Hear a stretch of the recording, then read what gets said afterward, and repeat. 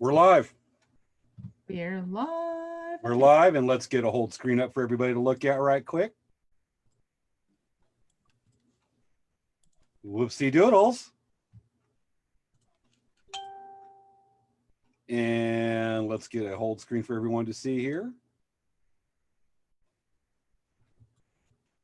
All right, and we got a hold screen. We are official. Let's see here. I'm looking for it. Okay, let me get some stuff moved over and do some copying over.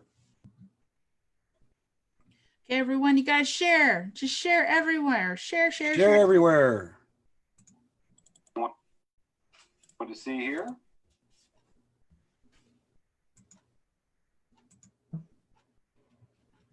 Share. Share.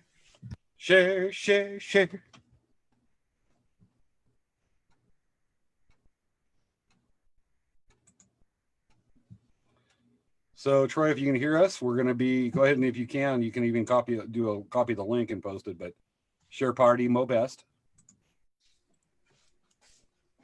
Share.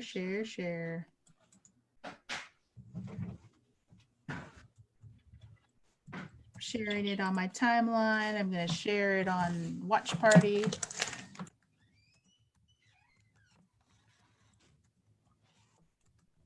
Watch our show.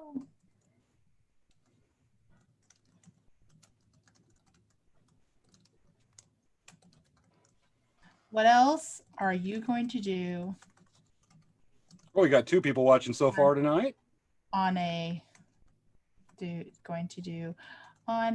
late night like this Friday night. Absolutely. The fun stuff. Okay, here's that. I'm sharing it on my page. I'm going to share it in Dancing. But James, did you share it in Dancing Bear Indian Trader group? I did not. Let me do that. I can do it. Okay, go for it. Dancing Bear. I'm doing my shares over on my end. Check out our show.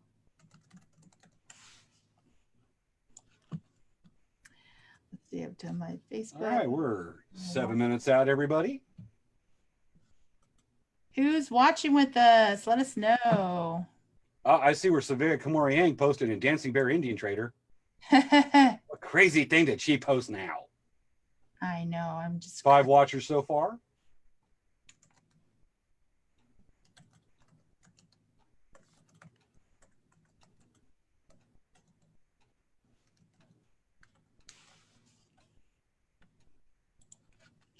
Okay, there's that party. And A crazy thing that she posts. See, it's just like even just when I was sharing, it's like being all crazy. Cray. Okay, here's another one.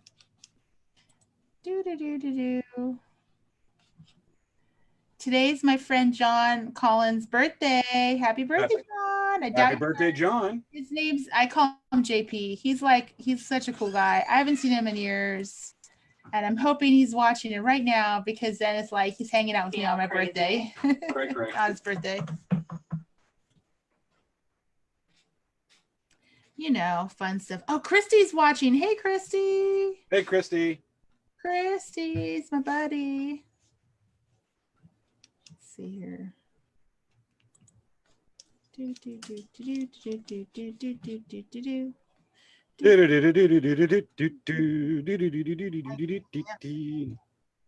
guys, I've been practicing my ukulele. I'm getting stronger at it. I was practicing my chromatic notes on my ukulele today. Let's see if that's it. I can, do you guys okay? Your ears aren't gonna bleed?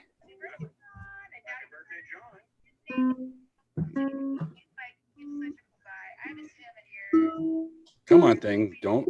There we go. No. There we go.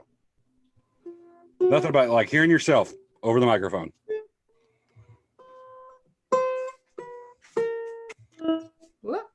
All right. So we got a few people watching right now. If anybody's watching, why don't you sound off? Tell us where you're from. We get closer to the time. People are going to start seeing the links now as we go along the next few minutes. That will go up. We've got 4 people watching. Yeah, I know. It says Savannah Kamoriang is watching with me. I am. I'm All watching right.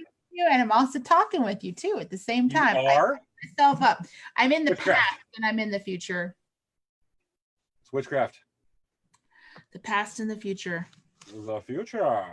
Mhm. Do a little changing over here real quick. I played for you guys. I played my ukulele for you guys. So You should hear her play Stairway. that's my present to you today. Presents. My present. People are blowing off fireworks today. My dogs are I've all. been hearing it. I had to give Chewy a Benadryl to calm him down. So he's like ready to jump through a window. It's crazy. Cray cray. Oh my gosh. Shoot. I gotta do some stuff. We got 7 people watching so far. Christine Tracy's watching. The famous Christine Tracy that jumped the Grand Canyon on a motorcycle in 1972.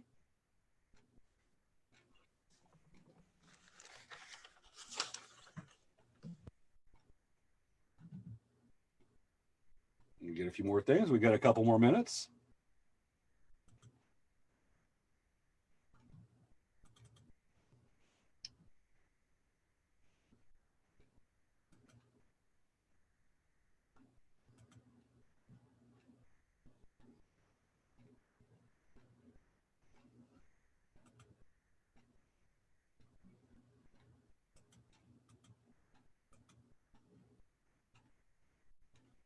Everybody let us know where you're from.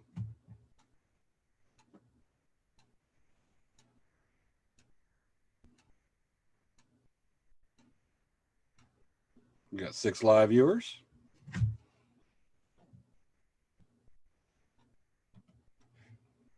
Remember, everybody, the trivia questions tonight. Remember to be ready to shoot those trivia questions out to us. Excuse me, the answers to the trivia questions. I always get that mixed up. I guess I watched too much Jeopardy. Remember to have the answers to those trivia questions mailed to latenightcrafttalk@gmail.com. If you have questions for our special guest, and for some reason are not able to post to Facebook to do questions, you can email in your questions that we'll ask our special guest, Troy, to latenightcrafttalk@gmail.com. All right, 2 minutes out. Let me close the door and do a little prep work over here.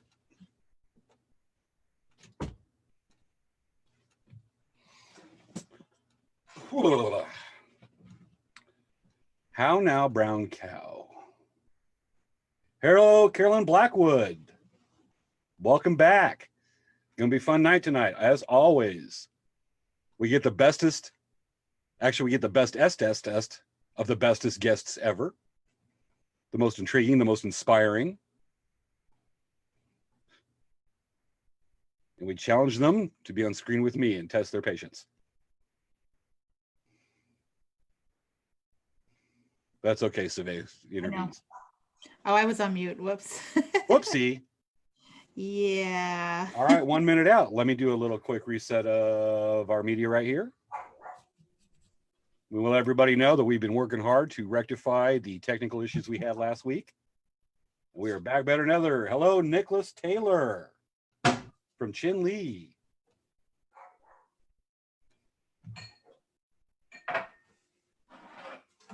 It is 10 o'clock. Let me do a little quick reset here. People, you're going to see a little bit of a different hold screen right quick. We're just doing a little technical thing right quick. We're just kind of making sure things are running good. So, Sabe, you think it's about that time? Yeah. Me thinks so too. Marissa Mojado joined us. Hey, Marissa. Hello, Yay. Jolie. Hello, everyone. Yay. Okay. Is it time for a countdown? Let's do it. I think so too. All right. Let's go. Everyone, remember, we've been working hard to make this show Boch Mo better.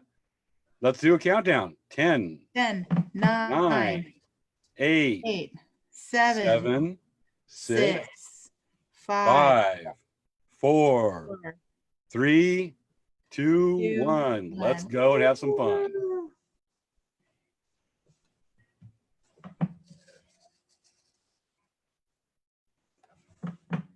During last week's show, we experienced some technical issues that may have impacted the production value of our broadcast. Immediately after the show, we reviewed the problems and ran diagnostics on our computer equipment to look at any resource conflicts that may have caused the echoes and internet timeouts. After reviewing our microphone settings, computer settings, and internet connection, we brought in our IT expert that could hopefully identify the problem. Our IT expert explained to us that the doohickey was creating a doodly splat with the whatchamacallit, and that we'll need to doodly the thingamajigger in order to avoid that whoopsie again. In order to fix the problem, our advanced computer engineer fixed the software, and our sound engineer installed new wiring for the microphones. We've hopefully fixed this problem so that we may bring you the highest quality caliber late night craft talk show that you will find anywhere on the internet. Thank you for your understanding as we endeavor to bring you the finest and most inspiring artists every week, along with some fun and antics. Let's start the show. Jar Jar got wires crossed. Jar Jar got wires crossed. Go ahead, press keyboard. Send electricity. Jar Jar ready.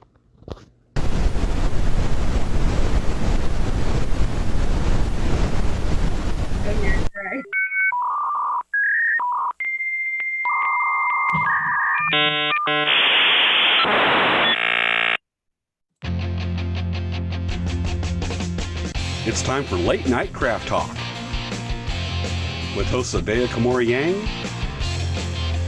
and James Hermes. This week's special guest, Troy Uentillie.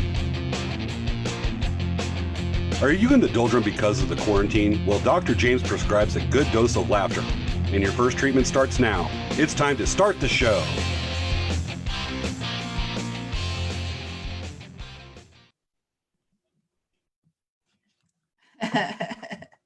Hello, James. I can't hear you. Are you on? Because I muted my mic. Because we don't want another echo from like last week. Boy, that was so. We were texting back and forth that night, Saturday, and during we did watch party for replay on Sunday morning last weekend. Savannah texts back going, "I hear it here, I hear it here." We're like, "What happened?" Well, luckily, our crack crew of Baby Yoda and Jar Jar Pickles fixed it. Yes, this is good. Yes. Yeah, matter of fact, when that happened, when they were checking it, the lights flickered here, but we're good. Go Jar Jar. I think Pickles are conductive, aren't they? Yeah. Yep. Well, actually, I mean, it ended up turning out to be a pretty good interview. Boy, it was just the dynamics were crazy. Yeah. But we're back here again. We're having fun. We're double checking everything, and we're back with another incredible guest, Troy Uentillie. So we got some winners. Yeah. So, James, what were you giving away this week? I just want to. This week is a pair of the legal eagle feather earrings, the little teeny feathers I paint to make it look like miniature eagle feathers as earrings. Mm-hmm. And Dancing Bear is going to be giving away a face mask that we make at our store by our employees. And then Kathy, Crafty Chica, is going to be giving away a secret surprise. So anyway, I know. I entered the trivia contest like 5 times. I hope James didn't put his name in like he's been putting his name. No, I'm going to assume names like Scott Sutton and Vivian. Carol Blackwood. So I know. So this week, we're airing our show from our place because SD Genie has an outage in our area where our location is. So we had to move our location. They are actually turning off the power at 10 p.m. exactly today. So, and that's of course right when we started our show. So we had to mix it up a little bit this week, but I left my favorite drawing bowl at home. So I am using my really cute Hello Kitty cup. And I'll do this way. It's Your turning kitty into cat's the tripping out glitter in your purple background. haze there, girl. It's like a Hello Kitty bow. So I have a whole bunch of names in here. I put them on napkin because I don't have any paper here. We do this right before. Yeah, see, like you can see here, it says Hello Kitty. I don't know if you can see that. It says Hello Kitty. Drawing. Let's Hello Kitty. Okay, We love Hello Kitty, but I want to know if I won or when I won. The winner for James's legal feathers. Say James, say James, say James, say James, say James. It's blank. Whoops. I don't know how That's not one of the names I entered. I didn't put the blank ones in here. Okay. Second time. See, second time, third time's a charm, right?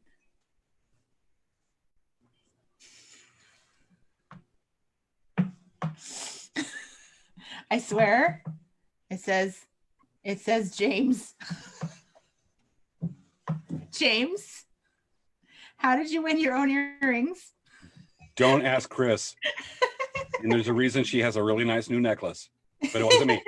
Okay. Let me try once. Like I said, third time's a charm. Okay. You're just torturing me and everybody watching. You're evil. You are mean. Quit torturing us. Tell me I won. Again. This is happening. Savea, last week was technical issues. Now it's cup issues. Okay. Get us a winner. Brenda is the winner. Brenda's the winner. All right, congratulations, Brenda. Brenda's the winner of James's earrings. Yeah, because I know I didn't. That's not one of the names I entered under. We'll be contacting you after the show. Probably not exactly right after the show. Probably like a few days after, so we can recover. Typically Monday, because we both sleep in the morning. The entire. We don't go to bed till like 2. Like we just like sleep to like catch up our sleep for the entire weekend. Oh, A week of work. Okay, here's another one. Okay, this is the winner of my Dancing Bear Indian Trader mask. We have Kathy. That's the winner. Yay, Kathy! Go, Kathy. Okay, all right. The winner for Crafty Chica and her surprise box of glitter love being sent to this winner. Here, I'll pick James. Pick James. I put in my name as Rip Taylor for the glitter. Okay, this is blank. I must have put all the papers. This is like, okay. Okay, this is the winner. Steve won. All right, Steve. Go, Steve. All right. Okay. Steve won, so yay. Okay, so James, tell me, how have you been this week at Elk Rack Traders? Wow, what a busy week. Getting stuff done. I got an inspiration. You know, I've been doing the craft kits. We got the first of them hitting the website Monday morning, but I had a lot of pre-orders and I actually had to deliver. I don't have them with me, but there's feathers you can wrap leather around. Some feathers I airbrush look like Golden Eagle, and you wrap some leather and it's got to put some beadwork on there. And I had a big pre-order. I just had to deliver this afternoon about 40 something kits, and getting those ready, plus lots of other stuff. So it has been a busy week. But amongst the things I've done is I realized 4th of July, and I haven't done painted feathers this style in quite a while. Let me show it right quick. I have been featuring, one is what I call the Patriot Arrow. If you remember Patriot Missiles in Gulf War I, I have my Patriot Arrow where I've painted it with the U.S. flag design, plus those feathers. Those are 3 of the ones I painted. Yeah, I took a picture on my laptop. I was kind of excited to get it posted on Facebook. But those are the feathers I have going up on the website on Sunday.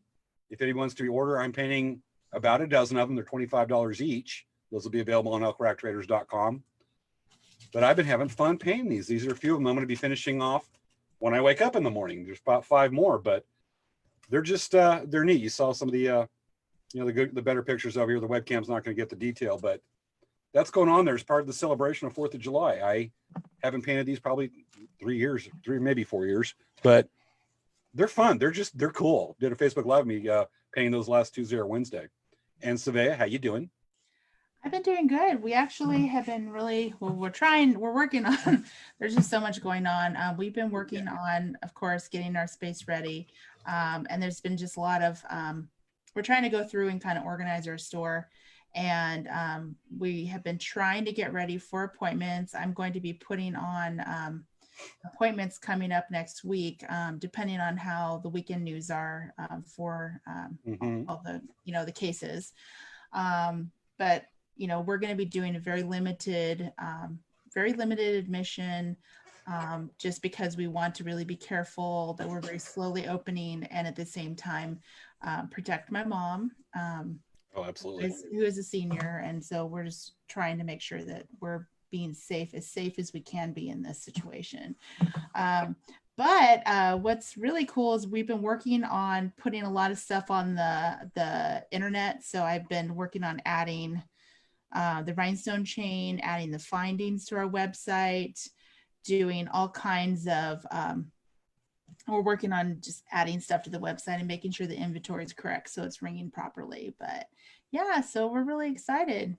So James, I see that you're doing some kind of outfit thing there going. It just suddenly occurred to me that when we were talking with Kathy Murillo last week, the Crafty Chica, and the fact that she has like 10 or 70 billion followers, and she says, try to be trendy, be stylish. Well, I'm interpreting the words as be stylish. I was looking at these social media influencers and there were some hipsters talking, and I'm like, I dress like a country bumpkin, because sometimes I talk like a country bumpkin, or all the time. And I'm like, I got to try to look hip and groovy. So I'm trying to do the hipster thing and dress like a social media influencer. I watched like 3 videos on YouTube on how to be an influencer. Yeah. And there are people that are from the East Coast, like last name Kardashian and stuff like that. Mm-hmm. And, I want to hashtag look good. Yeah. So, hey, James. Yes. I don't consider myself an expert by all means, but we do have a little bit of an established social media. So can I give you some advice? Well, you're the one with the fancy purple. And, Troy earlier said that these look like Elton John glasses. And I'm like, yeah, hey, James, I think maybe we should work on your hipster social media look. Do you have another outfit maybe that we could, work on your profile image? This is my Sunday clothes here. Yeah, but I could work on a little something. Let me give it a try, because I see where you're sending me a couple messages on Facebook here, a couple images. Go, you type quick. I sent him some ideas on things he can wear to make himself look a little more trendy on trend. Let me try something right quick. Hold on. Let me grab the closet. It's crazy. I got trendy clothes ready. Seriously, I got like 5 ribbon shirts sitting next to the computer. So I was saying to him, hey, James, what if you were wearing a little bit more stylish clothes, because your clothes, maybe you're a little aged. I don't know. I got the bandana like the rock and roll stars. I think maybe you should only wear one bandana. Like, I think maybe take off the red bandana. Oh no. Take off the red bandana. That's irresponsible for social distancing. But I think that maybe the too much bandana, maybe try, because you have the one that's on your head already, you could just slip it down over your mouth. No, this is the hit.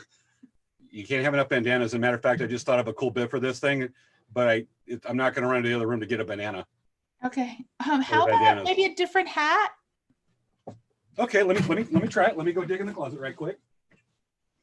It's looking better already, people, right? I think so. I think everyone's liking it, because I just see that everyone's sending out all kinds of interesting things. How's that? Let's see. Trendy palm weave cowboy hat. Let's see here. I think I'm trying to look at it. How about if you just wear the hat a little more even, so it's not so angled? Well, my mirror is I shouldn't pay attention to the screen because I'm just staring at it. I'm going to lose my show, but how about another trendy bandana? Oh, that's much better. I used to wear this grass dancing. Yeah, so you need to put the coyote a little more like a fur stole. How's that? And then you're do the blue steel.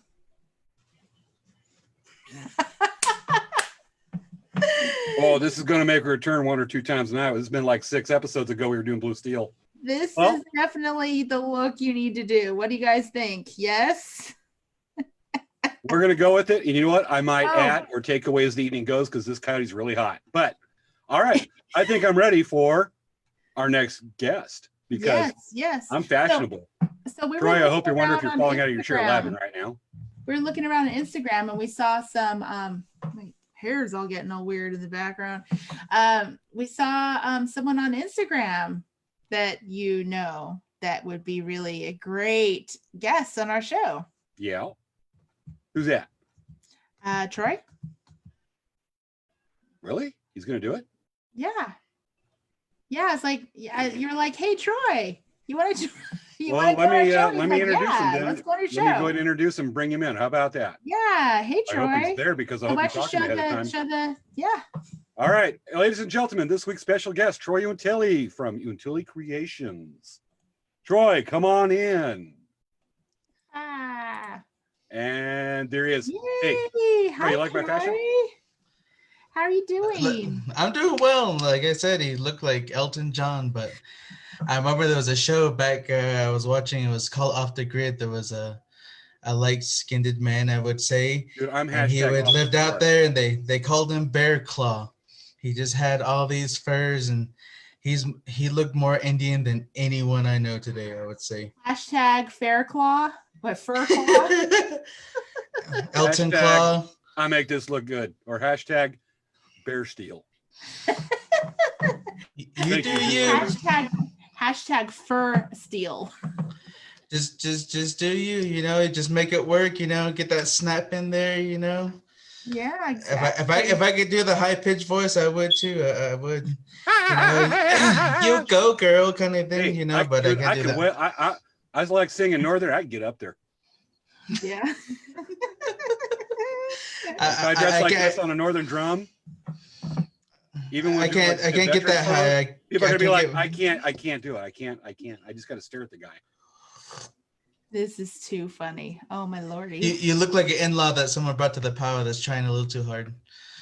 I usually like to nickname that person Cousin Earl that nobody likes to really speak of. Usually, you know, they're the ones that come up to you like, brother, how are you doing? How are you doing? How do you like the power so far? But I'm like, cool, let's just say cool. if you're in a pal, this is somebody that's beyond trying too hard. I mean, I don't even try that hard, you know. I don't even have skins or anything. Hey, this is called a comedy bit.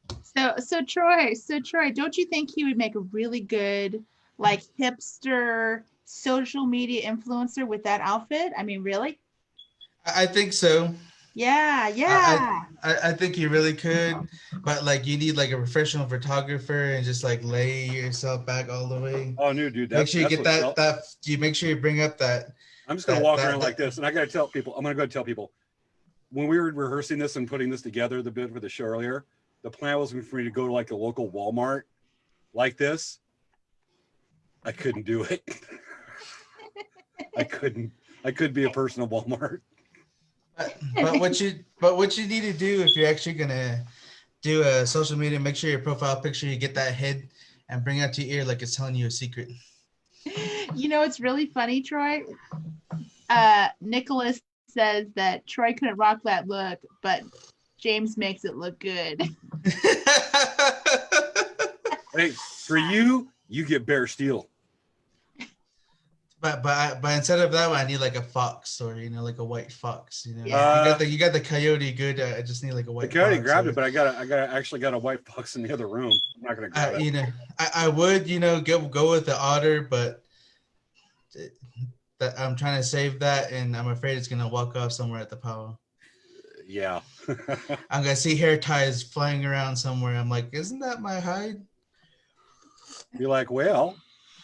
So Troy, tell us about your business. It's just something I do here and there. I'm not big time like both of you. Maybe one day we'll see. But hashtag big time. But I just started doing this back in 2010. That was when I first started. I wanted to learn how to do feather fans, and it just evolved from there. I went to Sherman Indian High School where there was actually a beading class there, so I actually was able to learn some beating styles there as well. But over the time, I've evolved from that as well with my craft. But as a college student, it really did help, make some few money on the side here and there.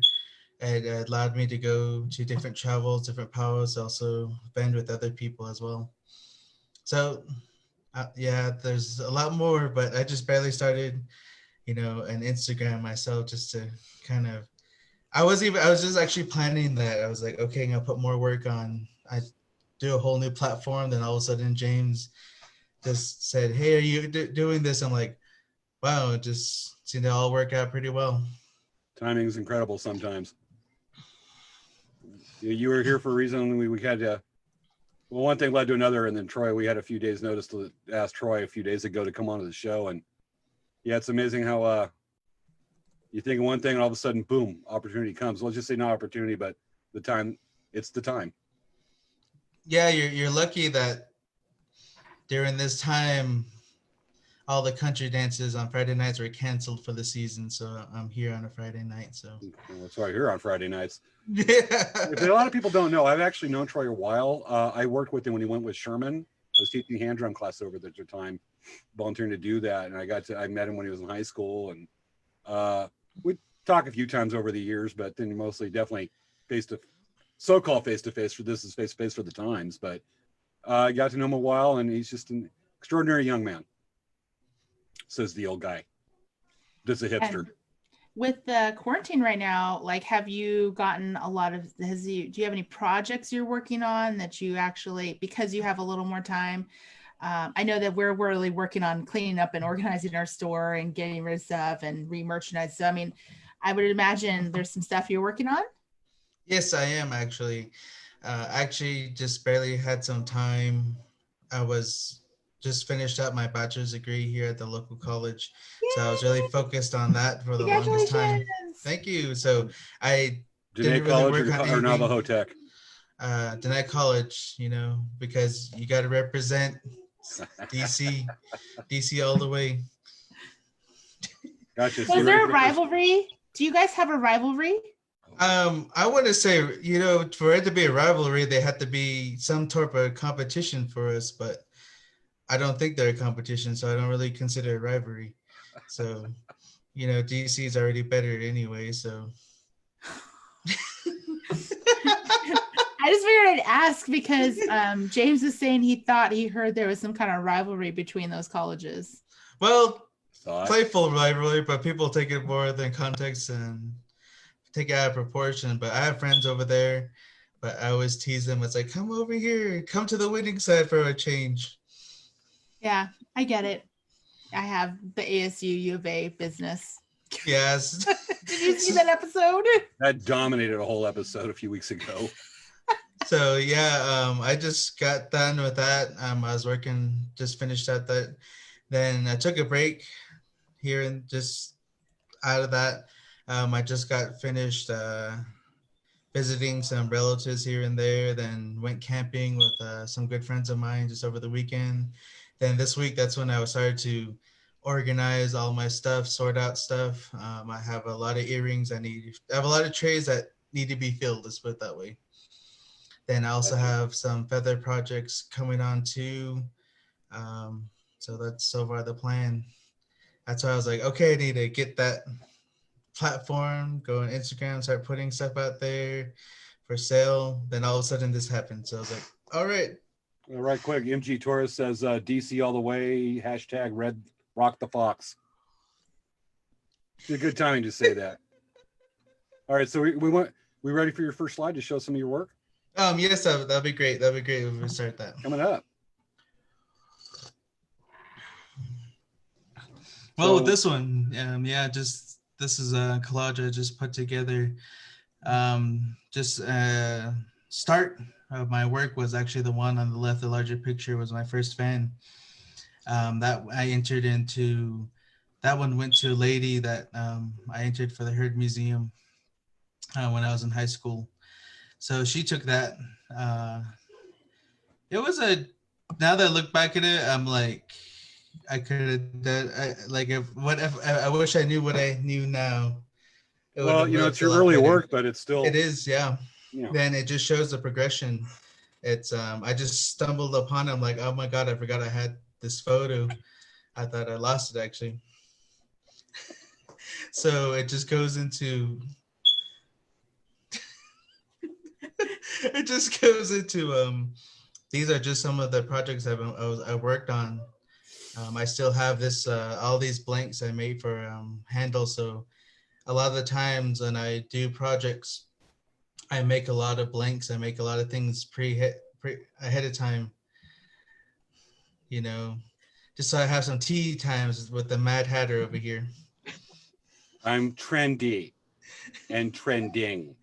You need It- your you need I'm you need sorry, your Troy. tea. You need your tea. That's what you need. I'm I not have laughing Arizona at you, green Troy. tea. You guys, so you guys don't know. You're gonna get a surprise when you see the video go away because it's hilarious.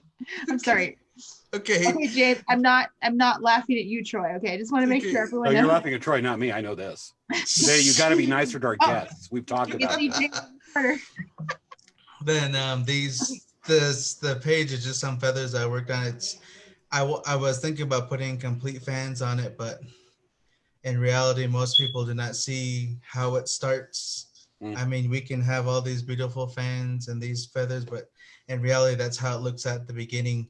A lot of it's just bare, a lot of it's just wood. You know, we have to have some type of creative vision to put it together. And I remember where a lot of my work goes too.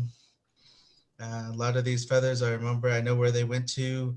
Oddly enough, one of the sets in this second photo is actually in California. You made it so you're ready to switch sides. And the other three are actually within my family, so Mm. that's pretty good.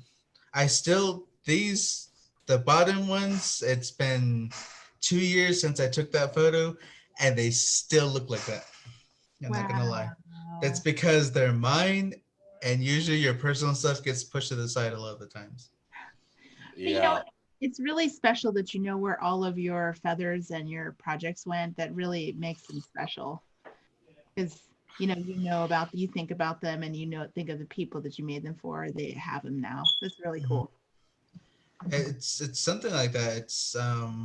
I mean, we can go through artwork and stuff like that and over, but I think when it comes to a Native American point of view, an indigenous point of view, it's really a creation. It's alive. So a lot of time is put into that. A lot of thoughts are put into that. I mean, many artists can probably agree with me that if you're just not feeling right, if you're not feeling right the day, it's not going to work. Your string's gonna knot up, something's gonna break, it's gonna frustrate you, you're just gonna put it away. It's just those type of things. It won't let you work on things like that when you're under stress or you're not in the right state of mind. So it kind of shows there is a spiritual aspect for that. Mm. So what got you started in working on fans and feather work? Well, there's actually two people in my family that probably don't do fans as much as I do. But when I first started, they kind of were the only ones that really had fans in the family. One doesn't know how to bead, and the other one knows how to bead but doesn't know how to do floral work. So I somehow brought those together and into my skills. Let me go ahead and switch. You ready to switch slides again? Yeah, that'd be great. You know, this Okay. the next slide is my beadwork. It really progresses from the first slide. That's why I wanted to put my first fan there, because it was very simple, very basic. It was size 11 beads. All these ones are here made with size 13s and 15s. So it really shows how elaborate, how creative it is. And again, I know where all these ones are at too. I know where they're all at. Uh, One of these are within my family. One of them went to a good friend. One of them was a trade that was for a fan. One of them went to a good friend. One's in Canada. The other two um, were also for friends as well. So That's really doing the 3-drop like that is really hard. So what would you say with someone who's trying to start doing that kind of beadwork? I would say I probably start with a larger bead, get the hang of it. Because once you get the hang of it, you're able to, um, in a way, envision it, I would say. Because you do not, if you miss one, it's going to mess up the whole design. So it's best, get used to it, get to familiar with it. It doesn't care if it's clunky, if it's big, it's a start. And sooner, once you get better at it, then you can start going smaller. Or if you like a challenge, go ahead. But I'll tell you, it's very strainful. It's very strainful on the eyes. But once you get the hang of it, you're able to also bead from the top to bottom, also from the bottom to top. As the one in this top right corner, the section on that one is actually beaded in two different ways. One is from the bottom up, and the other one's top to bottom, so it creates that design. As well as you can get creative and get colorful with it. Mm-hmm. That's just some of my relatives were when how they taught me is, don't make it plain. Don't express yourself. Put color in there. I guess that's just from a traditional standpoint from my Navajo relatives when it came to artistry, and the way they say that these colors, this artistry came into the people was a Nazi lit, and the rainbow people were the ones that gifted you this. So use their colors, make something beautiful, something that can last. So that's why I'm saying like some of these went to some relatives, some of these went to good friends, and now I know where they're at, and I'm hoping they stay there. I'm hoping that they can pass it on somewhere. And it's not I just put all that work in for nothing for them just to get something meaningless out of it. So Nicholas is asking where does he get his inspiration? And he's saying they are beautiful. Well, I got my inspiration I would say just in that moment. I'm thinking when I thought of wherever. One thing is I love lime green. I love turquoise. As you can see, there's a lot of turquoise. There's a lot of lime green. That's something I like to do. But it's something I enjoy doing because not a lot of people can do it. My relatives would even say that to me is don't waste your gift, especially when I do not, for this long time, I didn't do any artistry, I didn't do any beadwork, and they would get after me. It's like, you have the ability. There are some people that can't use their hands, or some people that can't even see colors, or people that can't even see at all, and they wish they can do this. There's some people that have all the senses but are unable to do that. A lot of Don't times waste that. It's like interpreting your senses right there. Some of the artists, just as a physical aspect, are able to see colors more vibrantly, or display colors more vibrantly. Sorry, but yeah, it takes a certain eye on an individual. We've got the spirit blessing too on that one. Are you ready for the next slide, or is there? Yeah, we can go with the next slide. In case of any more questions on anything on this slide. No, we're just Okay. Getting Now it. This is a feeling it. This is just something that can stray off. For some reason, the 3-drop, or known as peyote stitch, is one of my favorites. I would probably say it's probably my most better craft, but it takes a long time. Even floral work, you can do things like this. It doesn't require a large fan, but something nice, you can learn how to do that. The nice floral work on this one, the flicker body feathers on that, the little hearts that were placed on that. It's once you start working with leather, once you start learning with beads, you can do anything. You can go from one craft, you can go into flat stitch. There's even this one gourd stitch, lane stitch. It's that creativity. It just doesn't just focus right there. I believe many people that really are specialized can make beautiful things. I wouldn't say I don't specialize in any specific craft. I just dabbled here and there, and I was able to get so many skills out of it. Even this bottom one is that flat stitch. It's a hummingbird with a flower and with turquoise and coral. It's placed into silver. It was actually put into silver. That one I entered in the AHEC student art show, and I got second place for that one in jewelry. It's just something that you can express yourself with, something that is, I believe, something beautiful, because I'm able to see that. Most people probably wouldn't be able to see that. As soon as I was told, make something, and I was like, okay, oh, I want to do a hummingbird. I want to do this. Then I, lined it out, and I see this, oh, stone. It doesn't go with the same plan. Even from the spiritual aspect of it, it changes. It may not work with this color. It may not. It will start evolving. I mean, the turquoise stone wasn't even something, a plan. It just so happened that I found a stone. I was like, hey, this looks like a perfect body for that. Then that's when I placed it. Then, I mean, any artist, I'm pretty sure that is watching can agree that sometimes your plan doesn't go the way you want it to. That's how I was told, is the spirit of this artistry is it'll start to maneuver, it'll start to change because it has a spirit, it's alive, so it wants to be brought up in a certain way, it wants to be expressed in a certain way, and you really can't fight that. Mm-hmm. Which I think it really goes into the part of, not to shame anybody, but I think many artisans get a bad rap for that. Why is it taking so long? Why is it doing this? Why doesn't it look like this? If you really truly believe that there's a spirit, there's something alive, that there is something beautiful about it, it's going to take time. It just doesn't manifest itself. If you really want it that bad, then learn how to do it yourself. It's a lot.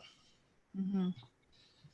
Many times you may have a full plan, and no matter what you do, like what you're saying, things keep happening where it doesn't want to progress, or it totally changes from the plan that you're going to be doing. Because as an artist, you're using that eye and you're seeing it develop, and it's not looking right. And you found, wow, I need to turn right instead of left.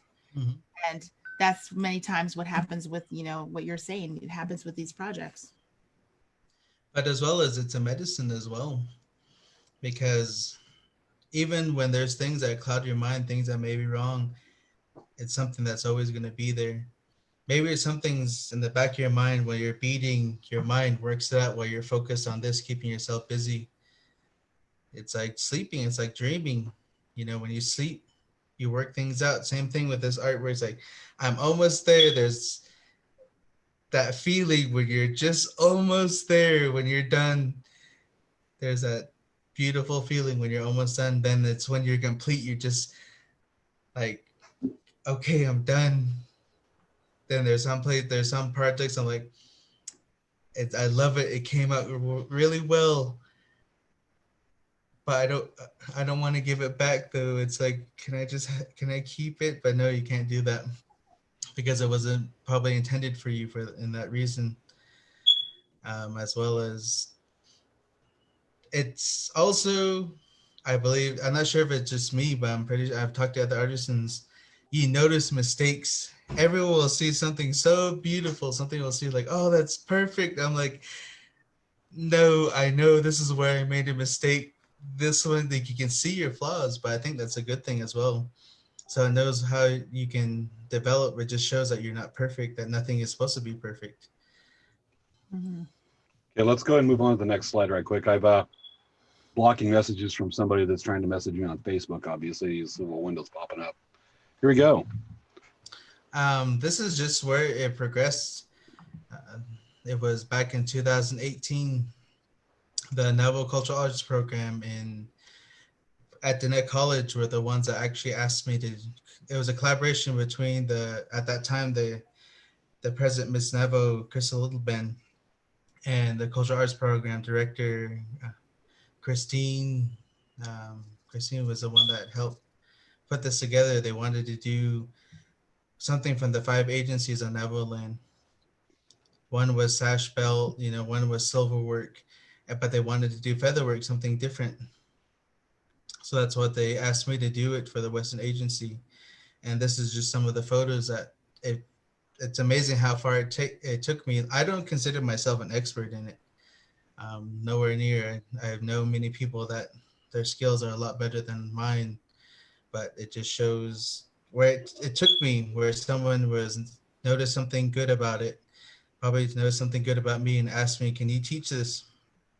And all I could do was my best. And that was the finished product with some of them.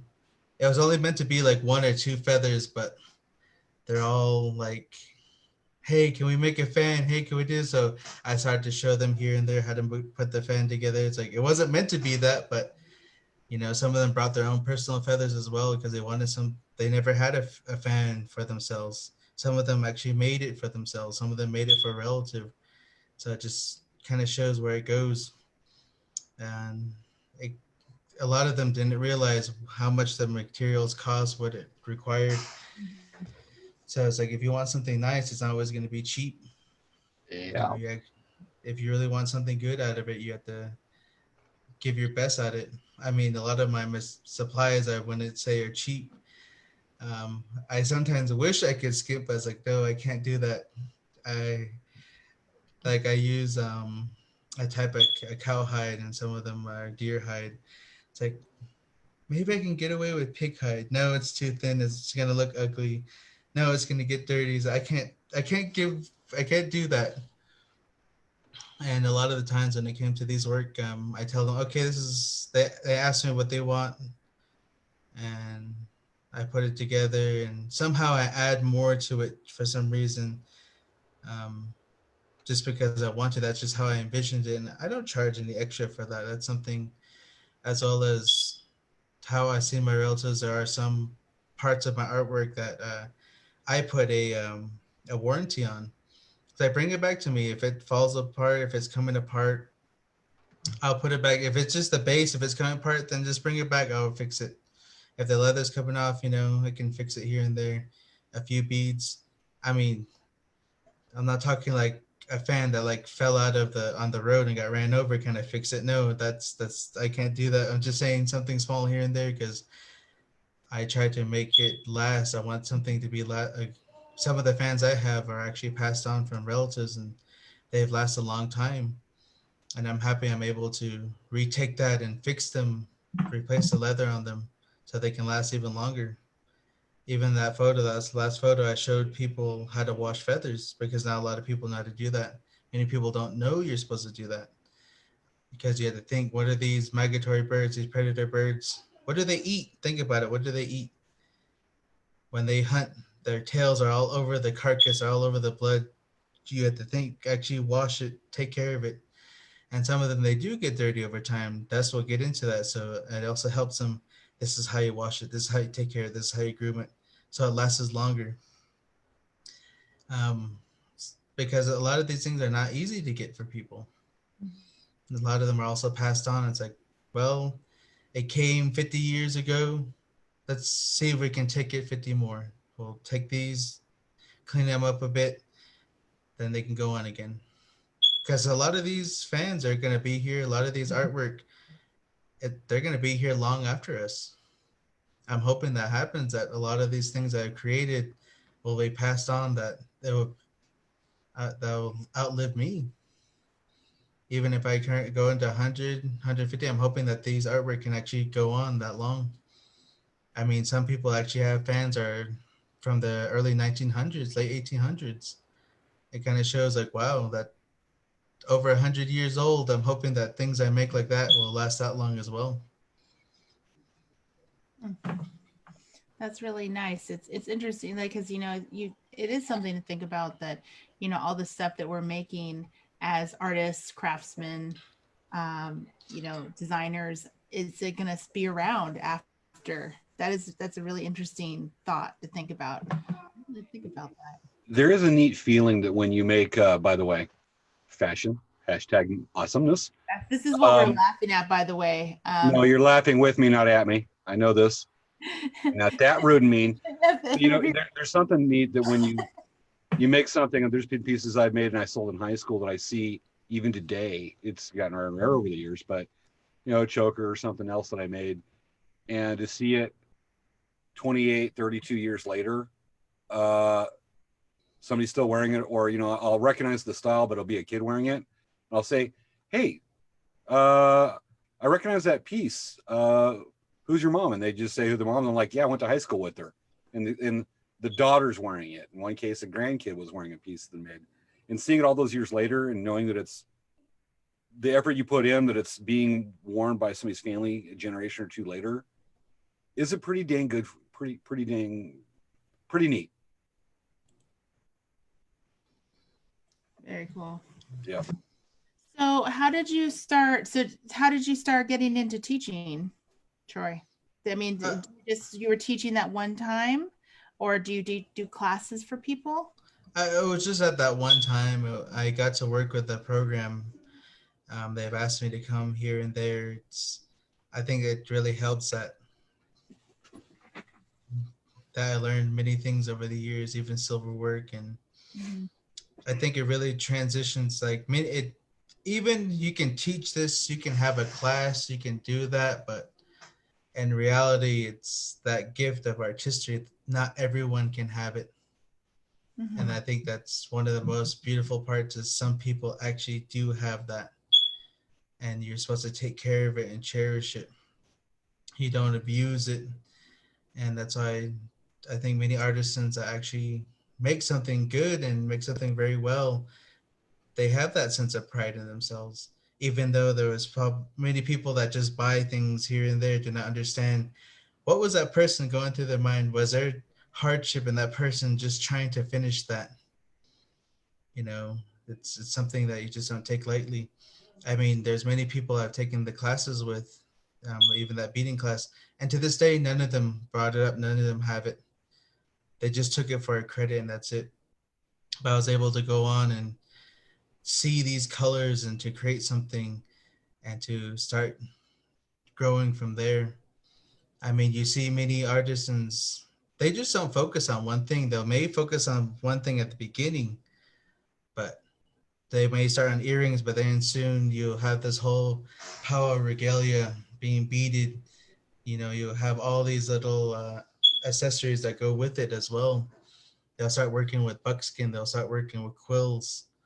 It kind of just shows it grows from there. It's something, it's alive, it moves, it grows. And, you know, not many people may have it. I know many people that don't. And some of them wish, like, I could do that. Like, I give them, I show them how to do it, but they just can't envision what I'm seeing. Mhm. Occasionally, when you with the people you've helped over the years, you've got the ones that you said just do it for credit. Others just do it as a passing fancy, just curious about it. They get it and then they move on. What's your general feeling when you have somebody that actually sticks with it, that develops that beyond a skill that you've been able to teach It, and work with them on? it feels good, I think, because many of the people that I've taught were just, you know, kind of like me, as well as not many artisans in my family. So it's nice that I was able to give a family that, give a family an artisan.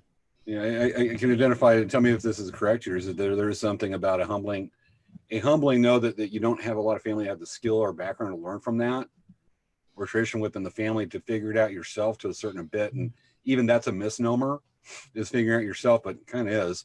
And bringing that back into the family, having that that accomplishment.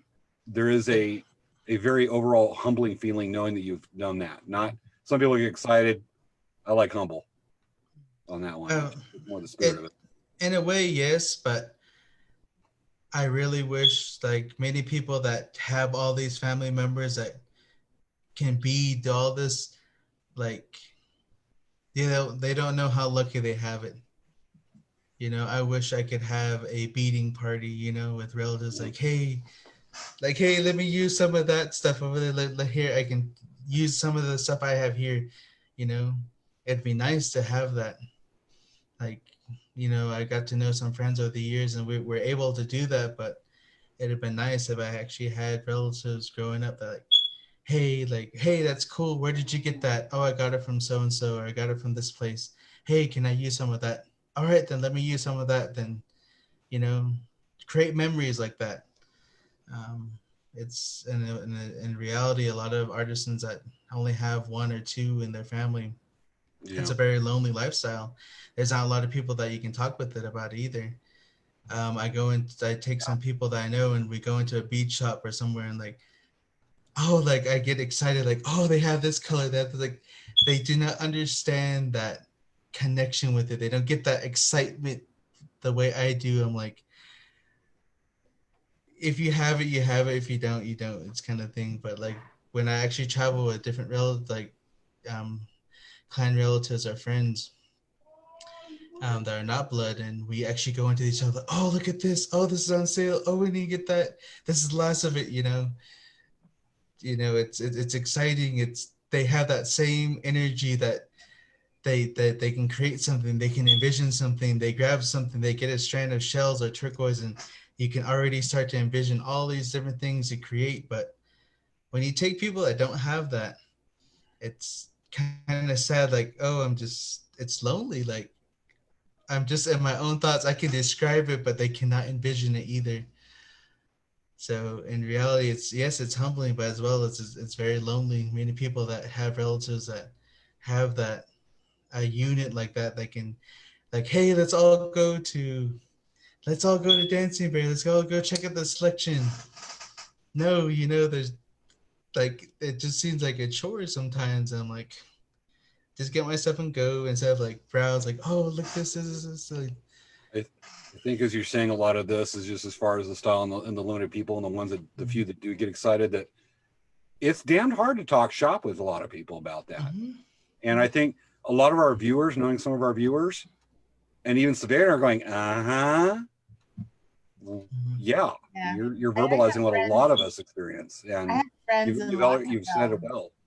I have a lot of friends in lots of realms, and I noticed that like a lot of them have no concept of how art is and how, creating things and putting things together. I get it. A lot of my friends, and the thing is, a lot of people just never were around it.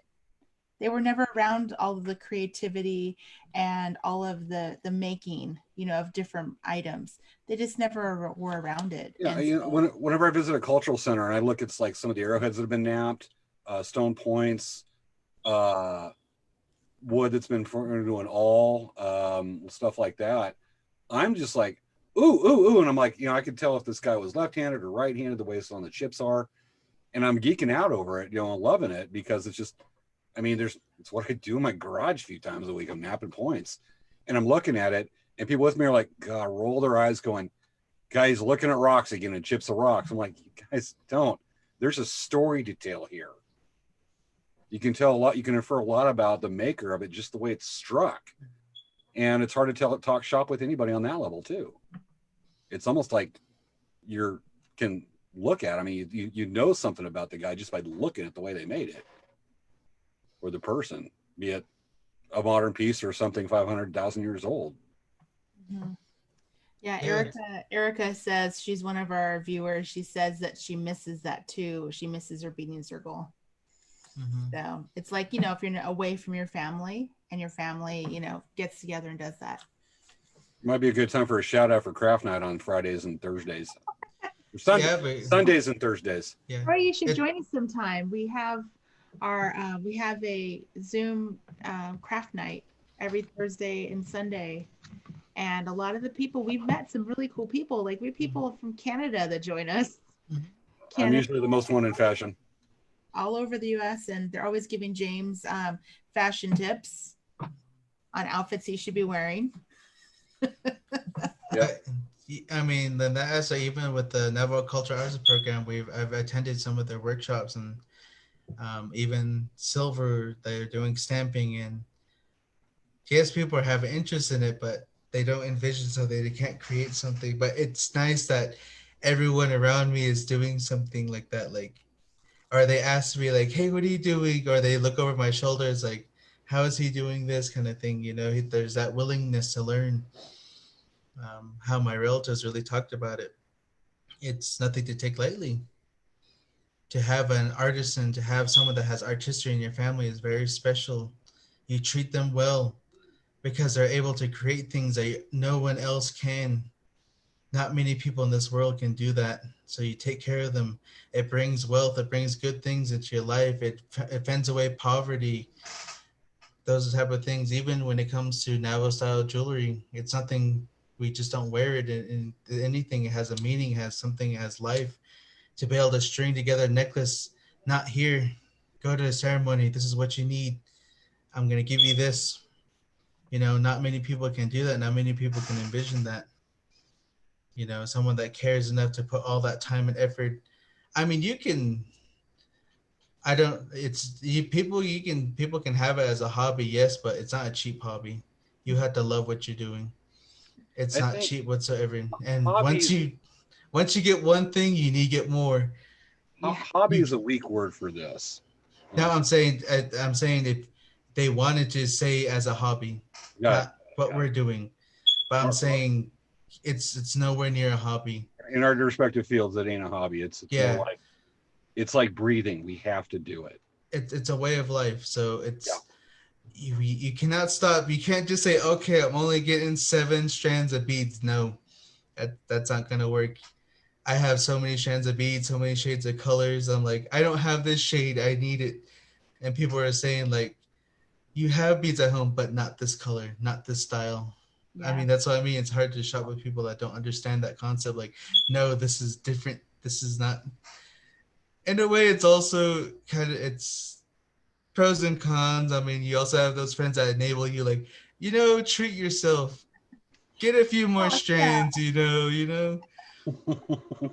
But I mean, some of the and if I were to say to anybody, um, diversify when you come with your stuff as well. I mean, many people that I've known when I first started to meet them, they started to get into artistry, and they say, "Oh, I said, where'd you go? Oh, to this place." And they asked me, and they look at myself like, "Oh, wow, you have all these different types of cabs, you have all these different type of rhinestones, these beads. Where do you get them?" And so, which store? It's like I don't remember. I have diversified. I've been to shop. I've been to stands. I've been everywhere, and every time I see something, I want to have it. I must keep it. Some of them I remember, some of them I don't. But that's what I tell them is you have to go out there, you have to look at to make the effort to if you want to create something beautiful, something that's gonna last long, something that's nice for somebody, or even yourself or your relative, you have to go out there and get the best, actually make the effort and bring it back, not just one stand that just has a limited selection. Unlike Dancing Bear, that's paradise. That's like And I go to work every day there.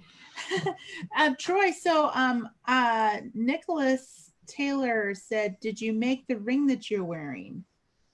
Because uh they say that it looks awesome because they keep seeing a ring. okay, which one? My right or my left? Because the right here was a gift from a relative. But this one I did, yes, I did make this one. Oh, is that like a huge turquoise? Yes, it's Oh, this one is a fox turquoise from Nevada. Mhm. that is And so pretty. so it's It's a nice, adjustable. it's nice when you know where the turquoise came from, isn't it? Yes, it does.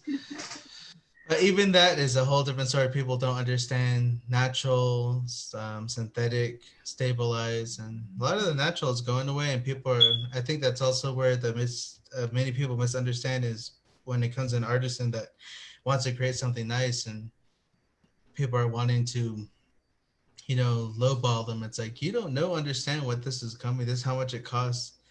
Many times, artisans, we can. It's not a living. A lot of it's not a living as well. You barely make anything sometimes if you make something nice.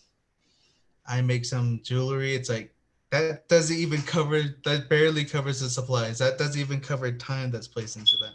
Oh, in the artist world, you don't count your time. Try to figure out Mm-hmm. your the Mm-hmm. hours. How much you're making an hour because you're going to get depressed real fast. The It's math, true. just think that the math lies in its new math. I mean, it's true. Like Yeah, you had to absolutely. love what you're doing to do this stuff. Yeah, You had to love what you're doing, and many people that are non-artisans have a hard time understanding that. And I think this is a good time that pick it up. That's just how some of my elders and some of my relatives were blunt like that. It's like, well, then do it yourself, and you'll see. You want something nice, go make it yourself. If not, then don't complain when you come asking me for help.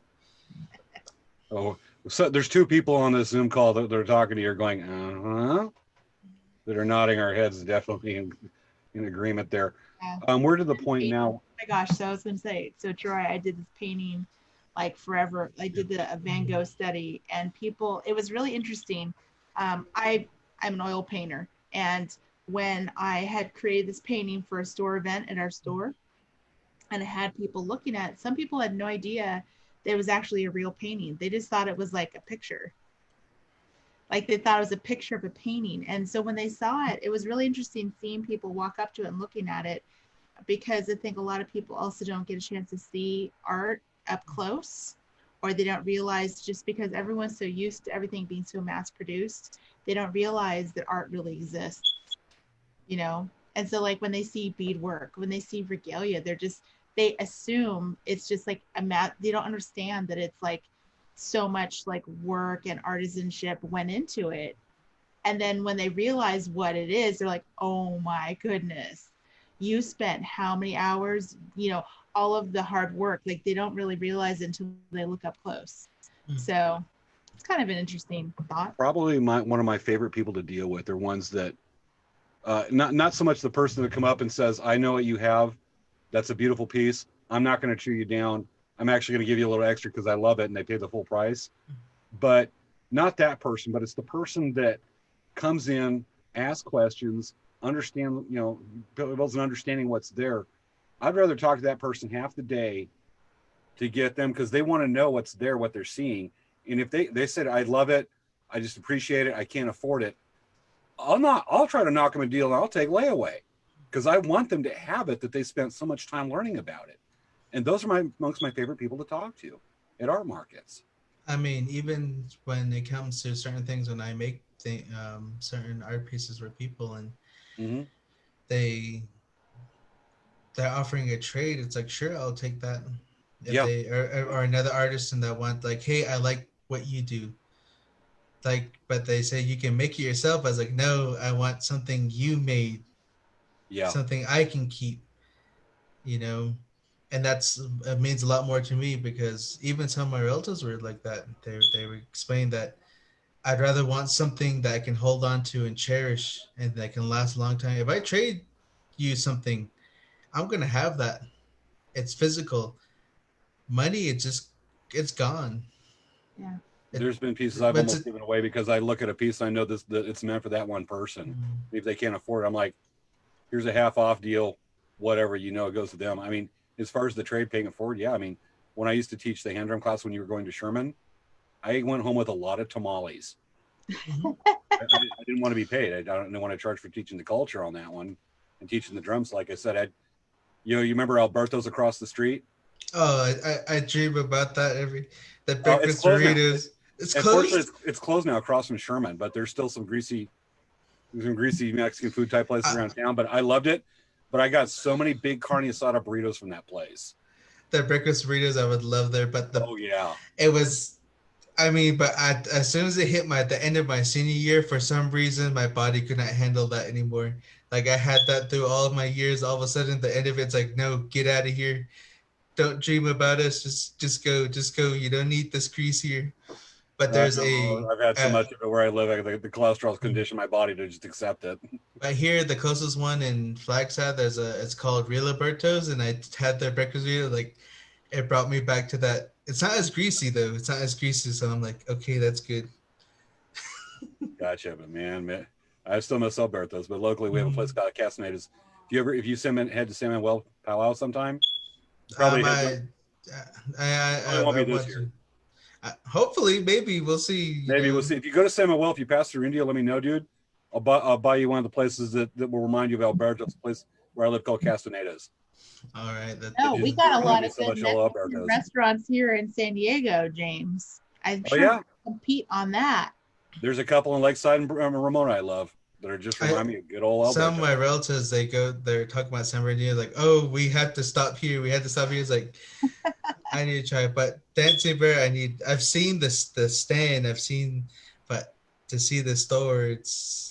Yeah. Oh my gosh, I would love for you to come see our store. It's changed so much over the years. We used to have like a really tiny, I think it was like 1,200 square feet. And now we're like almost like, well, I mean, if you include the backspace, we're like 4 times bigger. It's pretty crazy.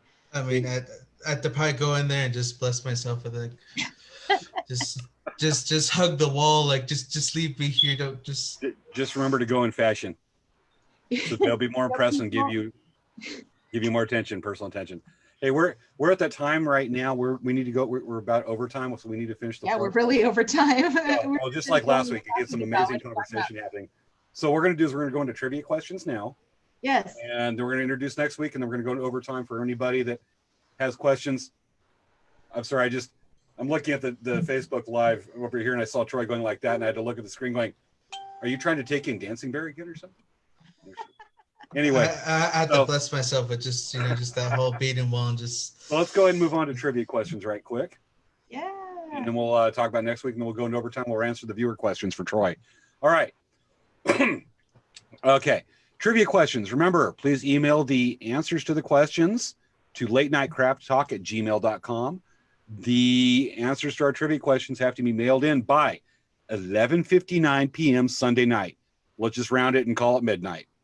But remember, have it in by then. You've got till that time to be entered in the drawing for the trivia questions. Hey, James, All right. before we start the questions, we have to talk about what we're going to be giving away. The house? No. Yes. So So, what surprises, James? What do you have? Elk Rack Traders, we're going to be, because we've gotten very popular the last couple weeks, will be another set of the Legal Eagle Feather earrings. Okay, and for Dancing Bear, we're going to be giving away another mask because a lot of love gets put into those masks, and it can be also for everyone that wears it, they get love as well because they're being taken care of. I'm making a little heart symbol. If anybody looks in the corner of the Facebook, make a little heart symbol for their masks. All right. And Troy, if there's anything you'd like to join in, let us know. All right, let's go to the trivia questions. Okay, we have first trivia question we have is going to be, here we go, everyone. What is the name of the spokesperson for Quarantinos? Again, and you better have to watch. You better be a fan of the show to know this one. What is the name of the spokesperson for Quarantinos? Nice. Yep. Next question is going to be, which city is hotter, Indio or Phoenix, otherwise known as Phoenix? Which city is hotter, Indio or Phoenix? Okay, next question. What does FOMO mean? So this is an actual term, you guys. Not dirty. Yeah, it's not bad, but what does FOMO mean? Name 3 social media outlets. So different social media platforms that people use social media for. We're kind of theming a little social media-ish this episode. Because I'm a hashtag influencer. All right. Hashtag All right. hipster, hashtag wearing Elvis glasses. No, Elton John, according to Troy. But it also could be Elvis if he Okay. was modern. Troy, your turn. Okay. Next question is going to be, name a type of phone charger. We're talking about what type of cord does it take? So name a type of phone charger. Hey. Name a type of Native American power dance feather fan. Trying to do that in one breath is exhausting. Okay, so name a type of Native American power dance feather fan. Well, you need to power more, get in shape. As do I. The Quarantinos are getting to me. That's all. That's all it's getting. I just have a can of tea and Quarantinos. Uh-oh. You better watch out. Oh no, you gotta watch out. Especially watch out if you have the I just put it in a bowl and I just pour coffee and then eat it like cereal. That's all I do. You know what? I had some fire ants around my property, and we use Quarantinos to get rid of them. They burn themselves out. Okay, so that is this week's trivia questions. Remember, everyone, have the answers to the trivia questions to have them ready by 11:59 p.m. Sunday night. We'll just call it midnight, and email those answers to latenightcrafttalk@gmail.com. And feel free, if you want, feel free to look up on Google any of those question answers. We are all about people learning. It's totally cool. And you're probably going to have to watch some of the old episodes to get some of the answers. I would say because I think that, for those of you who just started watching our show, you're now going to want to binge watch all of our shows, right? So we have most of them on our YouTube channel. We also have them on Dancing Bear. So there's a few places you can look for them. So we do keep these up. And so you can actually see our interview with Troy again after this episode, or share it after we're done. You can share it on your Facebook page and let people know about our show, because we need to make sure to like tell everyone about our show. Absolutely. So Savea, what's happening next week? So next week we're going to have a really awesome guest. He's one of my friends I've known for a really long time, and he's really been it's someone I've worked with for many years, and he has a lot of experience in marketing, and I thought for the artists and the business owners and the different people that follow our show, they may really find what he has to say really interesting, because he has worked in lots of corporate marketing companies, and he's been really inspirational to me, because I've always been trying to think of ways to build our business and to be really creative in marketing. And he's one of my friends that I always would bounce ideas off of. And he used to be a bead shop owner, and he now lives in Missouri. So he's one of my friends. I think you guys are going to really love the interview next week. He's fun. Gotcha. Well, also what's that? His name? You didn't say his name. His name is Scott Reimers, and he's an awesome guy. Cool. What you might see next week, and let's just say, one of these days, I've got to be a guest on the show just to give fashion tips, since I am just hashtag knocking it out of the house right now.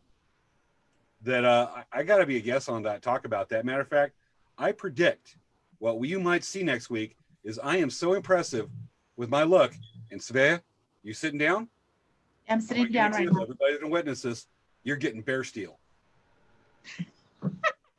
Blow you out of the chair. Good thing it's bolted to the ground at your house.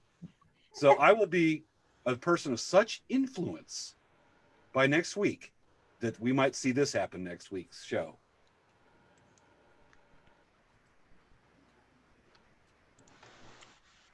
My fellow Americans, you have a difficult choice to make this fall: Coke or Pepsi. I want to let you know that I don't represent big business or special interest groups. I represent your needs. And with this, I'd like to recommend A Dose of Laughter from a show called Late Night Craft Talk, hosted by Kimura Savori-Yang and James Hermes, as sponsored by Quarantinos. God bless you all, and God bless the United States of America. I'm definitely not going to be evolving into a Richard Nixon type character. Yeah. But, everybody's going to probably wondering how we film that. Let's just say I run really fast when the Secret Service has guns drawn. And, Girl Scout cookies will not get you anywhere. I was selling Girl Scout cookies. They're just like, you know what? That was the doors to everything. Then they get wise, and, well, I've been looking over my shoulder quite a fair amount. That's one reason I'm wearing all these fashionable clothes. Because ain't nobody going to think I'm dressing fashionably. I wanted to surprise everyone and let everyone know I'm in my office right now. I'm in Pawnee, and I am also the head of the Parks and Rec department here. I was president. So question: is everyone I had classes in Zoom, and I would just roll out of bed scruffy with coffee and just be on Zoom. Are you all fully dressed? Or are you like me, like I'm only look nice from the top up, and I'm wearing a pair of gym shorts. I'm the same way, like pants and stuff. like seriously, like it's all nice, but it's just gym shorts down here. Just dude, my shirt. I'm like you. The shirt ain't tucked in. Yeah, just like you look nice, but now too. And there's no AC going in here, so I don't think I could do the full actually. But I was like, all right, I'm gonna get ready, get my jeans on, get my boots on, brush my teeth, cologne and everything. But I'm like, what? Have I been in quarantine so long? I just kind of want to just dress up a little bit. but it's like it's too hot in here to do all that. So I'll just I this looks was nice thinking- from top up, and I'm drinking hot tea of all things. We're drinking. We have our drinks. Oh, coffee. Wait, we're supposed to be doing the whole Coke Hey, Pepsi thing. James. What the heck? My camera just turned off. So That was- so I see you already chosen your side, James. Yes. Hey, James. Look Mhm. it. I have a drink for you. Do you want me to hand you a Gatorade? Yeah. Please. Let me go ahead. Hand it here. Okay, here. Just give it here. It's a bit of a reach because you're not going to do it in India. All right. Thank you much. And she apparently turned off her camera accidentally again. I think That's just magical. It just transformed. It just This is a bit we do it. Savannah, come back because you seem to be having my last week's problem. it's weird. I think that like as soon as I reach across the virtual Don't do it. Don't do it. Don't do it. background, all of a sudden my camera turns off because it's like I'm pushing the drink through the virtual background to you, James. Oh yeah, And and somehow it just disappears. I don't know. so can you like send me a hank of beads that same way over here? Like Let me see. Hold on. Let me go get it. Hold on. He's at home. This is the thing we do every show. There's actually one time we were pouring tea, and I've got a pitcher of tea, and I'm pouring it down like that, and you see tea coming down in Savea's cup. That took some practice. We were doing a Downton Abbey episode. Okay. I have some here. I have some beads for you. Oh, it's disappearing. I have some beads for you. I'm gonna try to hand it through to you, Troy. Okay. I'll try to hand it through to the. Okay. So I'll try. It worked for James. Okay. Here you go. no. Ah, dang it. I'm sorry. I tried. Again, dancing bear eludes me. Oh, so okay. So we now officially went into overtime, right, James? What's that? We officially went into overtime. Oh, we're officially in overtime now. We are overtime. time where we concentrate on the viewers' questions that they email or post on Facebook, so we can read your questions to Troy. Yes. Okay. So, Troy, Cassie is asking, what is your favorite bead stitch? My favorite bead stitch would be the 3-drop, or also known as peyote stitch. It's one of the first ones I learned how to do.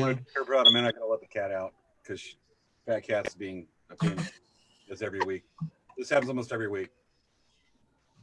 So yeah, I prefer that stitch over anything, but it's very time consuming. The amount of time I can probably make a tray of earrings and probably about the same time I beat a handle. So Okay. All right. unless I procrastinated and have to do a quick overnight handle, which I have actually done, and I had to go to the graveyard the next day and also had a job interview that next morning. So you do what you love. Troy, so the question is Coke or Pepsi? And why?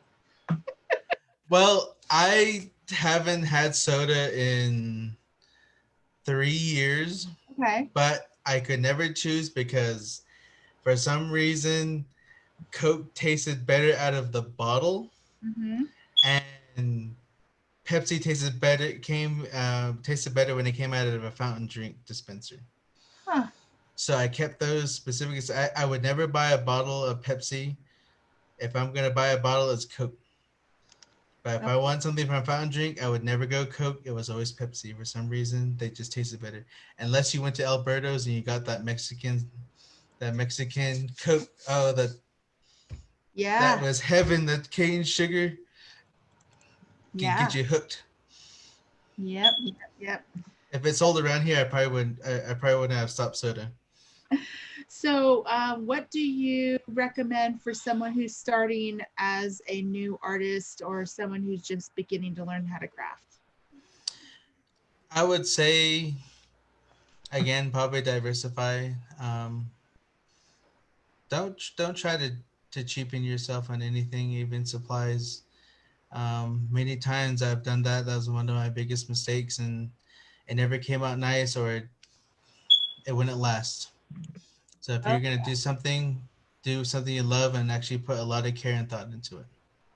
I would say, the thing is that like if you buy like Chinese beads, for example, and they're really irregular, and you're trying to bead something that needs a little bit of like more consistent size or needs a certain shape, you're really shooting yourself in the foot, because trying to bead with really irregular beads, it's frustrating, right? Not just that, is if the color is so beautiful and nice, it's probably going to disappoint you. Those are usually the Taiwan beads, the Chinese beads, the dyed I ones. know. They're beautiful colors. I love them, but I just know they're going to rub off, even though how much they love it. But my best is Chuck beads. Can never go wrong with them. Those Yes. cut beads, I love them. They're actually that color. God. They fire it, and I love them to death. So learn how, if you're going to do anything beading, learn your beads as well. Where do they come from? How they're manufactured? And if the color's too good to be true, it most likely is. Usually it's like pinks and purples. Yes, and they're beautiful. And I'll tell you, remember this as your beginning. Pinks and purple that actually do stay are usually more expensive than the regular beads. So don't be surprised. You heard it here first. That's really good advice. I tell people that all the time. I always, when we have people that come to our store and they're like, I love this color. And I was like, well, unfortunately, just so you know, it's pink. It's going to change. Like, so yeah, and it is true. Do you know, Troy, that the Cheyenne pink, that they use gold to make the color? I did not know that one. And that's why it's more expensive, because they use gold. And what happens with it is that if they don't do the batch right for any reason, um, the percentage, heat, whatever the reason, they actually will get a lump of black glass, and it is all wasted. Like they can't get the gold out of it. So it's not produced very much anymore, because it's very difficult to get a successful batch. If I knew that, I would have bought them in kilos a long time ago. I know, right? But see, people love that, but me, when you've seen some of my handles up, I can't do it. Like, I love bright, radiant colors and like rainbow. People love them. I'm not saying they're bad. It's just not my style. It just, people love them. I think it's for that more of an authentic, more traditional style of beadwork. And a lot of the times those beads were like that. They were very, they were not very bright. They were not very shiny. They were very plain and simple. And there's nothing wrong with that. Some of the jewelry I make in Navajo style, I try to give it more of a, I guess, cultural or traditional style. I do add here and there, but try not to stray too far from it. But there's nothing wrong with it. But if I knew that, I would have bought them in kilos a long time ago. I know, and it's hard because like, but I have my small little stash of them, and I was like, my precious, my precious. Well, you reminded me when I was 15. I was at a Quartz, Arizona, when it was still bigger before Tucson. Their Rock and Gem show started getting real big. I'm like 14 years old, and I look at this hank of beads. Why is it $80 for all just the strand of beads? There were period chevrons. I should have bought a whole thing, a bunch of it. Wow. $80. We're talking early 90s. Wow, crazy. As well as just some advice on that as well is remember, the smaller the bead, the limited number of colors you're going to find. Yeah. True. They've actually made them all the way down to a 22. And don't start any major project if it is rare. The larger the bead is, the more variety of color you have.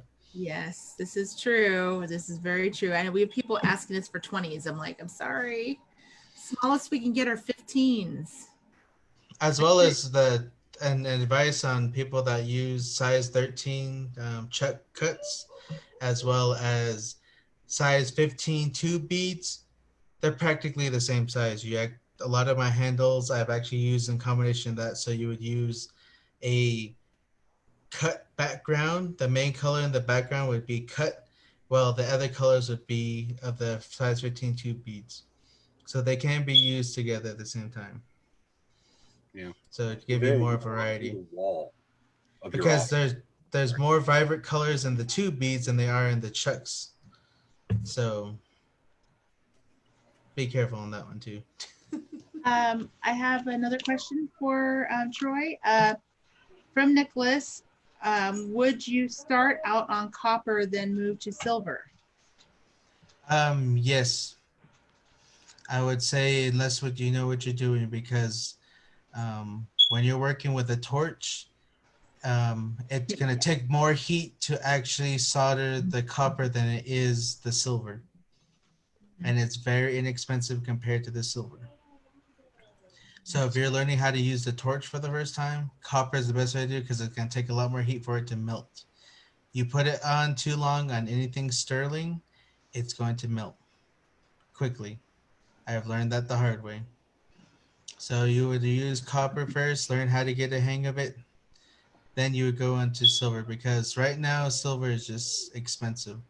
When I first started learning how to do silver, that's when it was back in 2012. So the price of silver was between 40 and 50 at that time. So trying to work with anything was expensive. Now it's reasonable at 15 to 20. That's hard for many people to believe that's reasonable. Yeah, I remember that surge of price because my mom and I took a silversmithing class, and a lot of the people in the class had been silversmithing for a while, and they said they remember when it was $5 a troy ounce, and then it bumped up to like 15, and then it went up to like 50, 60, and then it like all of a sudden dropped down. So I remember that. That was crazy. I remember just visiting one time one of the old school silversmith, but he's Apache, Carlos White Eagle, and he was still had like Mexican pesos that were made with silver, or cased with silver, and he was able to get those used for silver work. But he's making the big chunky pieces.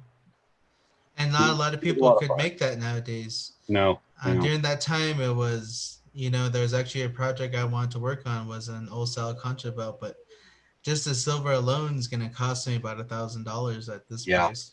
Yeah. Just the silver. Yeah. We have this question. Have we gotten Scott Burke's question yet? No, we haven't gotten to Cassie's question. That's above that. Okay, let's go ahead and go with Cassie, and I'll relay Scott's. Okay. So Cassie's asking you, Troy, how do you see a size 22? There's a reason beaters have Coke bottle glasses after they do it so long.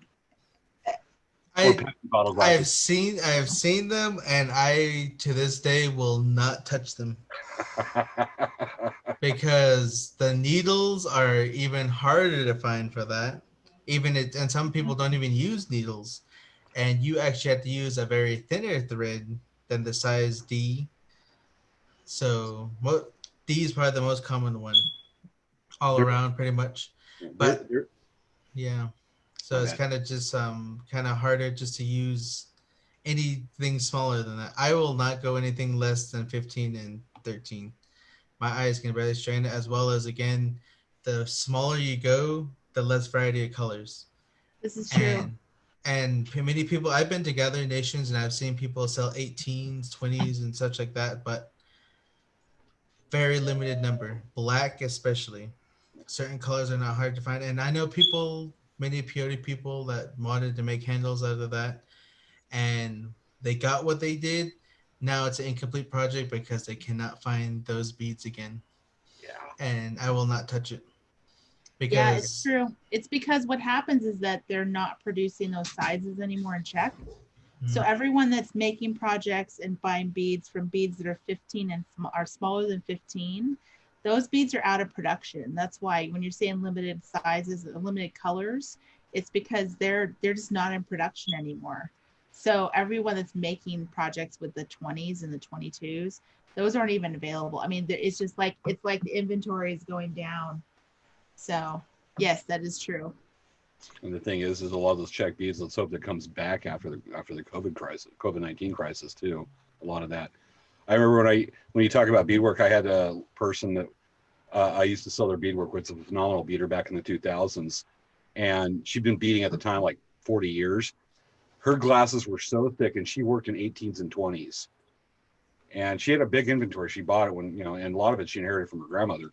But like I said, her glasses were so thick. I was surprised she could drive. It's pretty amazing. That's why I say Coke bottle glasses. Okay. We have a question from Scott Burke. Troy, do you ever do quill work on your feathers? No, I have. Specialty. I have not. I've seen people do them, but I have not myself. That I don't know anyone that does quill work around me. I would love to learn how to do that. But yeah. Back in the days, we used to meet at Sherman before you came in. Well, before you went to school, there was a group called All Tribes Cultural Arts Program. We used to put on 2 POWs at Cabazon Reservation in Indio. And went in and took a couple of their quill working classes with some friends that were part of the organization. I got a good appreciation for quill workers. I enjoyed it. It's a challenge. I love good quill work, but I'm not going to try it again. I got my thing. I'm kind of a generalist, really good at a few things, but quill work I appreciate, but I'm not going back to it. I've seen someone I met in Canada. He's actually did at least 2 inches on his feathers of just nothing but quill work. Amazing. And I asked him, "What would you do that again?" He's all, "No, I won't do that again." But I would, I would love to try. But even quills, that's a whole different. Yes, I generalize, and that's a whole other tangent on. Like I can only imagine, and me myself, once I get into something, I just dive right in, and pretty soon I'm just gonna have all these bags of quills. Like, okay. Our 3rd or 4th show, we had a person named Devin Kicknessway on who does quill work on birch bark. Neat. He's got a very active Facebook and YouTube channel and Instagram. Look at some of his pictures if you want to see some neat stuff. I'd never heard of birch bark on quill work on birch bark until then. I was just like, I spent a whole evening just appreciating that stuff and looking it up. It's neat. There's a museum over in Cheyenne, Wyoming, and when I was in there last, they had a full-on, tell the dude power, but a full-on breastplate of nothing but quill work. People were getting frustrated with me that were with me. They're like, we want to leave. I went, I'm not done staring at this yet. And I stared at that thing for like 35 minutes going, that thing's cool. Just drooling over it. So, looking for more questions. We don't have any emailed in that I can see right now. No, yeah. I was going to, I have a pair of birch bark earrings to show you. I'm hoping my peanut gallery is going to help bring it out. Is that why you walked through the wall of your office? Yeah. Well, no, I needed some water. The peanut gallery couldn't get me any. Gotcha. So, I'm I already drank coffee. It's like all gone. It's like was full at the beginning of the show. I'm like, okay, I need some water to wash the coffee down. I've had hot tea. I just finished this tea. Now I need to get some water to flush that up. Finished my Arizona. I'm halfway through my drink of ice water, and I still got that much Pepsi left because this is actually what I'll drink that much just to stay awake because I've been up since 4 a.m. But the rest of this will last me through about Thursday. Yeah. I don't like much on soda, but sometimes I like that taste of Pepsi. And then James probably wants. Don't you do that to me, Savea. Don't you do that. All right, you did it. But some of my friends are asking on that too. Like, why is the talk show so late? And they're asking, who's up that late? It's like, I will tell you, many artisans I know do not sleep. They're usually their best work comes at night for some reason. It comes at night when there is no distraction, when there's no one around. My best artists have started at like 3:30 or 4 a.m. and don't finish till the afternoon. Mm-hmm. If I'm lucky, if it's a real extensive.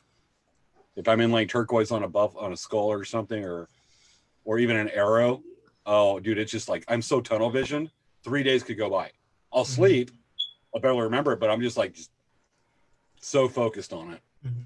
So I want to share with you, these are my precious Baby Yoda earrings. And they're quill work. It's tight. And they're from Devon. Ah! This is the technical difficulties of virtual background. Well, if you leave the office for a minute. I know, I can't leave the office. Understood. It's scary in the background. I mean, I left my office, the Oval office, to come here. Actually, I went back and it came back. I thought you were chased out. You're chased out. It was part of the joke. Truth is, I'm president. I'm running a presidential campaign to get elected president. It's called Vote James Hermes 2020 President USA. So there's no Girl Scout cookies. That was a joke. Just pick your. I know, but well, maybe it wasn't. She's torturing me with the dark chocolate Oreos. I've yet to see the Girl Scout cookies. Take your pick of which is the truth. I've yet to see the Girl Scout cookies. I've seen the video, but I need to see the Girl Scout. Next time I'm passing by Tuba City in your home, dude, I'm bringing you Girl Scout cookies. Okay, so this is almost the end of the political. That is, everyone who votes for James this year gets a box of Girl Scout cookies. You're gonna owe Girl Scout cookies to like 3.4 people. I know, right? My popularity is soaring. I think that you probably bought some extra just in case. Gotcha. Oh, here. Okay, let's see.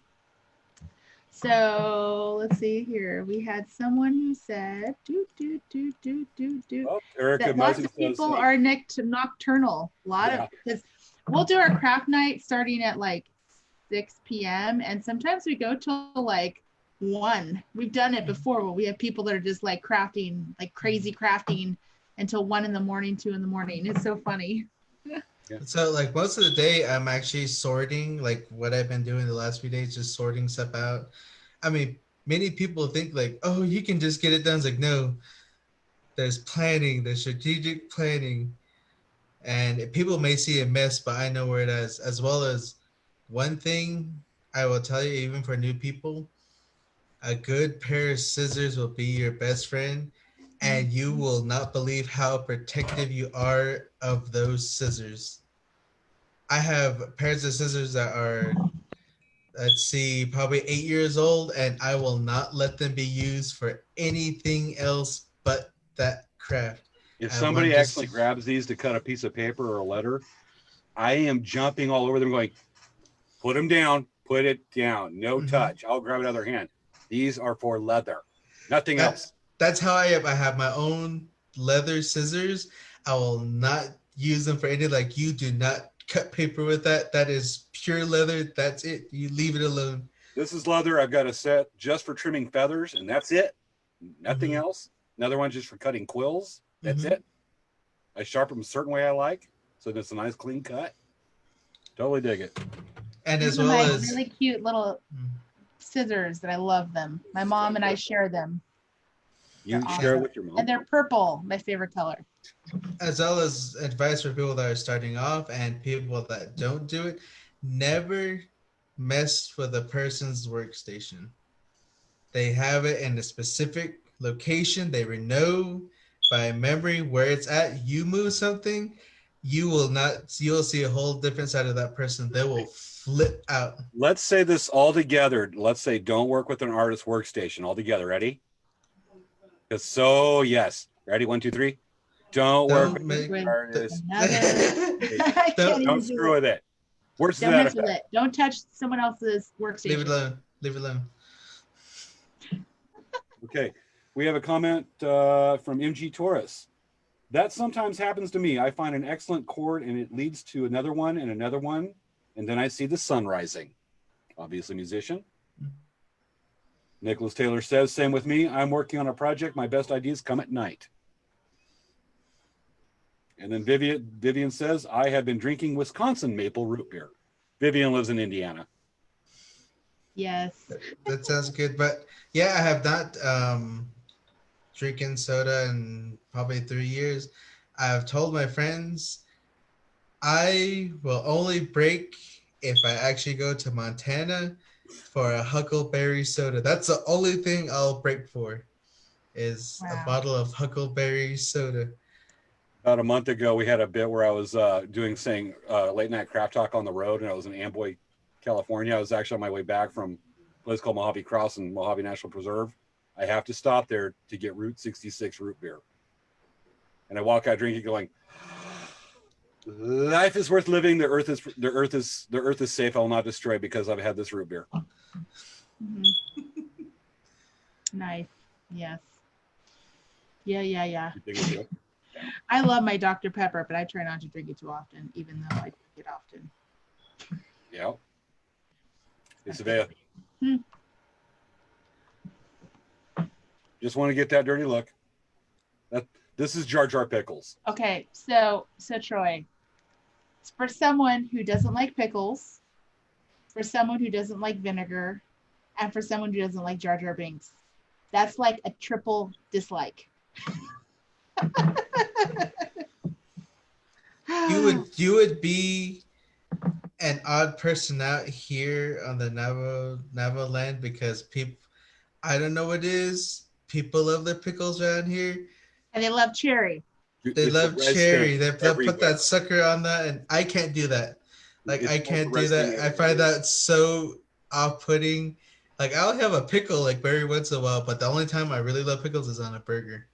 I'll You know let what's that really sucker. funny, Troy? Last year, about a year ago, we went to Fort Duchesne for the Fort Duchesne powwow in Utah, and then we went down to Fort Defiance, and we were staying there for a week for the Navajo Nation Fair last year. That's I actually was like planning to go there.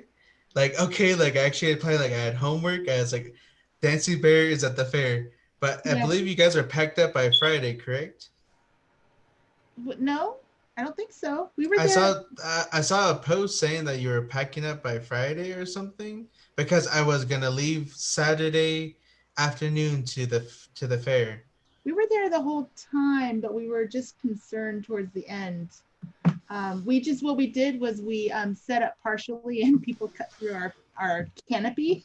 Mm-hmm. They cut through the walls to try to get stuff, but Wow. we didn't set up. We didn't have anything set up because we just put up the canopy walls. Mm-hmm. But anyway, we went there and we went over to Gallup, Mm-hmm. and we stopped at one of the grocery stores and got some bluebird flour, and then they had a jar of pickles that were cherry flavored, and I grabbed it because I was like, I'm gonna bring that to California. I'm not gonna try it, but I'm sure my employees will be like, yeah, I want to try it. When I brought it, they're like, no, I don't want to try it. And so I ended up giving it to my friends, and one of my friends, Shalou, she loves pickles, and she always tags me on any pickle post that she posts because I don't like them. And I ended up giving her the jar of pickles. I'm like, hey, do you want to try it? She's like, sure. She's like, oh, these are great. And she just ate all of them. I'm like, taste the jar. Take it. Yeah, I was actually gonna go over there, get some beats. Someone told me Friday, someone told me Saturday. So I was like, okay, like I'm gonna still go try. I was like, okay, I'm gonna finish this homework, submit it, then I'm going. At that time, for some reason at the college, I was in the dorm. I just ran into a church group they were Korean and they were fascinated on Navajo culture, and I just so happened to meet them the day before and just kind of talk here and there. All of a sudden, they hunted me down to my dorm. They knew my name and they're like, we know he's in the dorm. Where is he at? They hunted me down, and all of my dorm mates, like, they got them all into the lobby area because they brought food. They wanted to have lunch with me to discuss more on the Navajo culture and history. So, and that's like, damn, they bought my friends. They brought food. They brought chicken. They brought all this. They brought sushi rolls. I lost my friends. I have no backup here. I can't say. It's like the only reason why they're here about food is to talk to you. If you go, they might go, so you have to stay. It's like, but Dancing Bear's over there. It's just in arm's reach. That's the point. You say, bring the food, hand it to me. We're walking and talking. We're walking and talking, people. But like where I was at college at, it's about an hour to Winderot, where they were set up. So oddly enough, in Navajo time, that's an arm's length. That's actually just like right there. I know. Out there, yeah. Yeah. We have a comment from Erica. Pickles and blue slush puppy. Pickles and blue slush puppy. Or I think that's what Vivian says pickle juice popsicle. And then Yeah, Nicholas says it's true. For some reason, pickles are popular. People even drink a pickle snow cone mix called a Piccadilly. Yep. So Yep. do you have a recipe for Piccadilly for anyone that you know of, like your family recipe or anyone? Because apparently a lot of people are very secretive about their Piccadilly recipes, and maybe we can get a official recipe from someone. To me, I have not tried a Piccadilly. I refuse to it. I just look at it like I just have a problem putting Kool-Aid on a pickle. That's where I draw the line. So just adding everything else. But from many people I've talked to and gotten their professional opinions on it, apparently you have to make sure it's shaved ice. Okay. Shaved ice is the best. Then it is Kool-Aid. There's diced up. It's actually basically diced up pickles marinated in Kool-Aid. Then also I've seen people add like gummy worms to it. I've seen people add gummy bears, even the sour ones. Yeah. So, but apparently shaved ice basically is the same way you make a shaved ice, but pickles marinated in your favorite Kool-Aid and candy on top. I that just does it for me. I'm like, Weird, right? Well, MG says, right, is commented Piccadilly is huge in Tuba. Apparently from what I understand is that's where, and from how I've seen it, even when it first started on social media, it was Tuba City that had the first Piccadilly. They were the first ones to post about it. There was people that posted that it's all over. Then there was big speculation on where it started from, where it originated from. But from my knowledge, from how I've seen it on social media, Tuba City was the first ever to post it. Then all of a sudden it became widespread. Is this going to be like fry bread? Some town's going to take credit for starting the Piccadilly, like every tribe's invented fry. Say they're the ones that invented fry bread. There probably is, but I can tell from only my historical professional opinion that I remember it was Tuba City that first ever posted of such thing. Hey, this could be a college paper, but you've already You heard graduated. it here first, you guys. Get your masters. This is the official announcement that the Piccadilly concoction came from Tuba City. This is official, documented internet documentation of historical relevance. The Piccadilly came from Tuba City. Give me a minute, I can help with this. We'll keep on going, but we'll come back to that. I'm getting the White House loaded up right quick. Yeah. Might slow down the computer, but this is worth it. Erica says just slush puppy and diced pickles. Yeah. Okay, we ready? Okay. Give me a second here. Waiting. Waiting.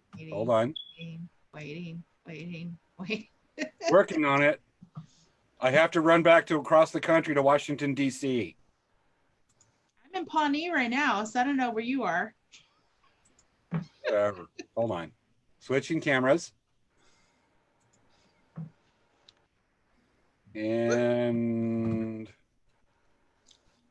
wow, this is come on, work.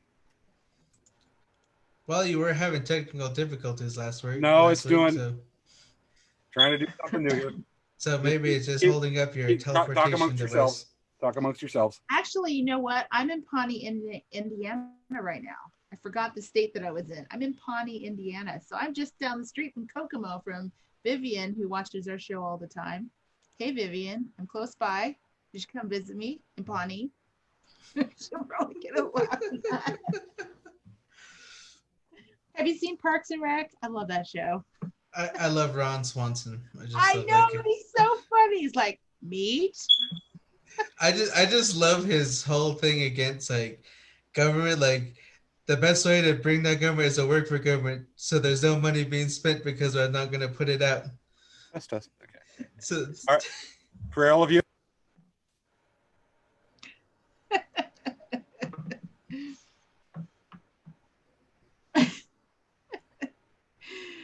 James. Funny. is he having technical difficulties? I can't hear him. Is he talking? I don't know. He may be talking, Press but you're mute. not listening. I pressed mute. Okay. I had to practice my statement. Okay, what's your Apparently, statement? nobody James? can read lips No, because your lips are too tiny to see. It's because I'm away pixelized. from the camera. It has to take in the whole majesty of my office. I do declare, by executive order, by me, James 2020, President of the USA, declaration, the Piccadilly started and are popular and was established as declared by Troy in Tuba City. We good? Okay. Okay, I need to I'm make sort of my hanging here. declaration. I need to make my declaration. Okay. Okay. There is no office higher than my girl. Me, Savea Kamori in Pawnee, Indiana, head of Parks and Rec Department, officially decree that Tuba City was the official inventor of Piccadilly, As declared by Troy. being D, declared we've gone from the Oval Office in the White House to the head executive branch to Parks and Rec in Pawnee, Indiana. in Pawnee, Kokomo, Indiana. Oh, Indiana. Podunk, Indiana, right? No, Pawnee. Wow, Savea. Overreaching? No, not at all. Vivian agrees. She said yes. That's nice. And also Nicholas said I'll fly no, over it has in my been Air Force declared. One. So these will probably go into the Navajo Nation archives of Exactly. this. We just need the official president's signature, then we'll. Oh, hand her Okay. here. Maybe Hand her here. I'm here. Right Yeah, here. James will sign a paper and he'll put it up. Savea, on you the got to screen. hand it over here. Go ahead and hand it over to me. Okay, here, I'll hand you over your official document. Okay. Okay. Let me grab something to Read add to that. Go ahead and hand her official here. document. Hand her here. See what it is? Okay, here, James. Thank you very much. Here Sign we your go. document. I'll sign it later. I'll get it to you after this. My presidential pins are in a drawer that's locked. By Okay, me. I'm gonna sign my document here. I'm gonna sign it officially. Somebody's improvising. Okay, I signed it. You can't see it well? See the signature? Can't see it? Can't see it? It's Can't see it. disappearing. I know, because it's like not real. Look at. Hi. I signed the document. I officially decree that Piccadilly was invented in Tuba City. Well, Nicholas concurs apparently because Nicholas says it has been declared. But you know, we can say it all we want with our official positions with Park and Rec and the White House, but Troy, you know, Troy, do you know have you're a backed up by the declaration? major bureaucracies here. I can only conclude in my professional knowledge at the time. I remember seeing it because, first of all, again, pickles and Kool-Aid were just not my thing. But to see that strange concoction, and it was big in Tuba City, it was a monopoly at one point, and all of a sudden it widespread. But Tuba City, from what I understand, is still in business. I have not really heard anything else on other places. And I've even heard other places trying to change the name from Piccadilly. And I know there's many memes that have concurred, which I probably do have saved on my phone, that started in Tuba City. That sounds like a riot. I'm making it official by also writing it in this comment. Indiana and I'll just make a declaration on the White House Twitter. Pres USA. You said 2020. MG says we get citations to get them Piccadillys. DC USA. It's pretty much the prohibition at this point. You get to go into the backwoods and just to get your Piccadilly fix. Nice. All right. Well, it looks like we seriously ran 2 hours in. This is awesome. This is our longest show. This beat last week. This is our how late did we go last week? Almost to midnight? I think we went we went to 45, I think. We went about 10, 15 minutes afterwards. Yeah, we're about there. Erica says been eating pickles and slush and pinion for since early 2000s. Lol. Lol. James, we need to work on your social media. Do you know what LOL stands for? I've declared it by the power of my office to go back to LOL instead of LOL. Because if I'm going to do that, I'm just going to spell LOLLYPOP. You know what's really funny? My father-in-law, he sends me text messages, and he'll say to me, "Yeah, so good, I hope you get that project done okay, and I just wanted to let you know that blah blah blah, LOL." I'm like, LOL that I hope that he's hoping that I get the project done. And I'm like laughing out loud. I'm like, that's so weird. He's like, no, lots of luck. I'm like, wait a second. I remember this conversation. Remember, I had a friend of mine's grandma thought she wanted to be really cool. This is one of the kids I work with. Grandma wanted to sound really cool with the teenagers, and so she kept on putting WTF into a lot of her texts. And then she talked, go, WTF. And the kid's like, and some would crack up going, obviously she doesn't understand what it means. It was explained to her. There was actually had to draw straws to find out who's going to explain to her, because she would turn mad about the cussing and embarrassed. And she was a bit volcanic anyways. Mm-hmm. And I Yeah. have actually a fun story about WTF that will continue next week with Scott. Got it. I don't even know. It's a harder code to crack than anything. I don't know what it means sometimes. Yeah. Myself, I actually had to look up on Google, what does this mean? Mm-hmm. I'm like, okay, that's what it means. Oh, we were having to ask one of the answers to the trivia questions, going, Savea, what's this? I mean, I'm a hipster. You're a young man. So I learned what FOMO meant by watching a documentary called Fire Island. Really?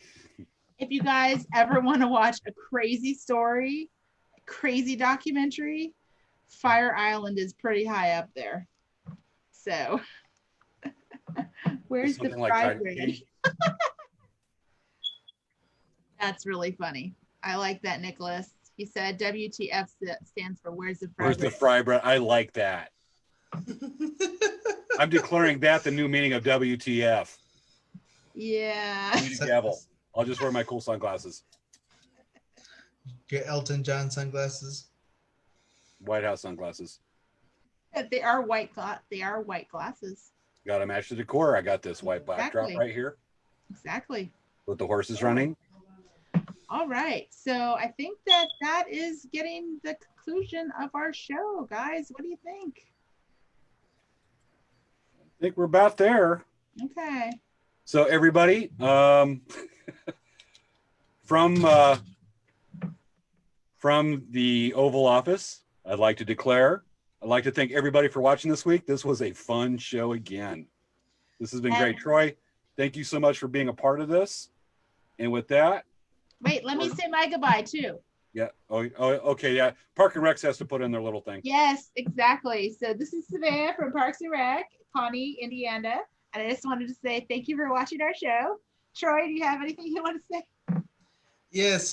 Thank you for inviting me on the show.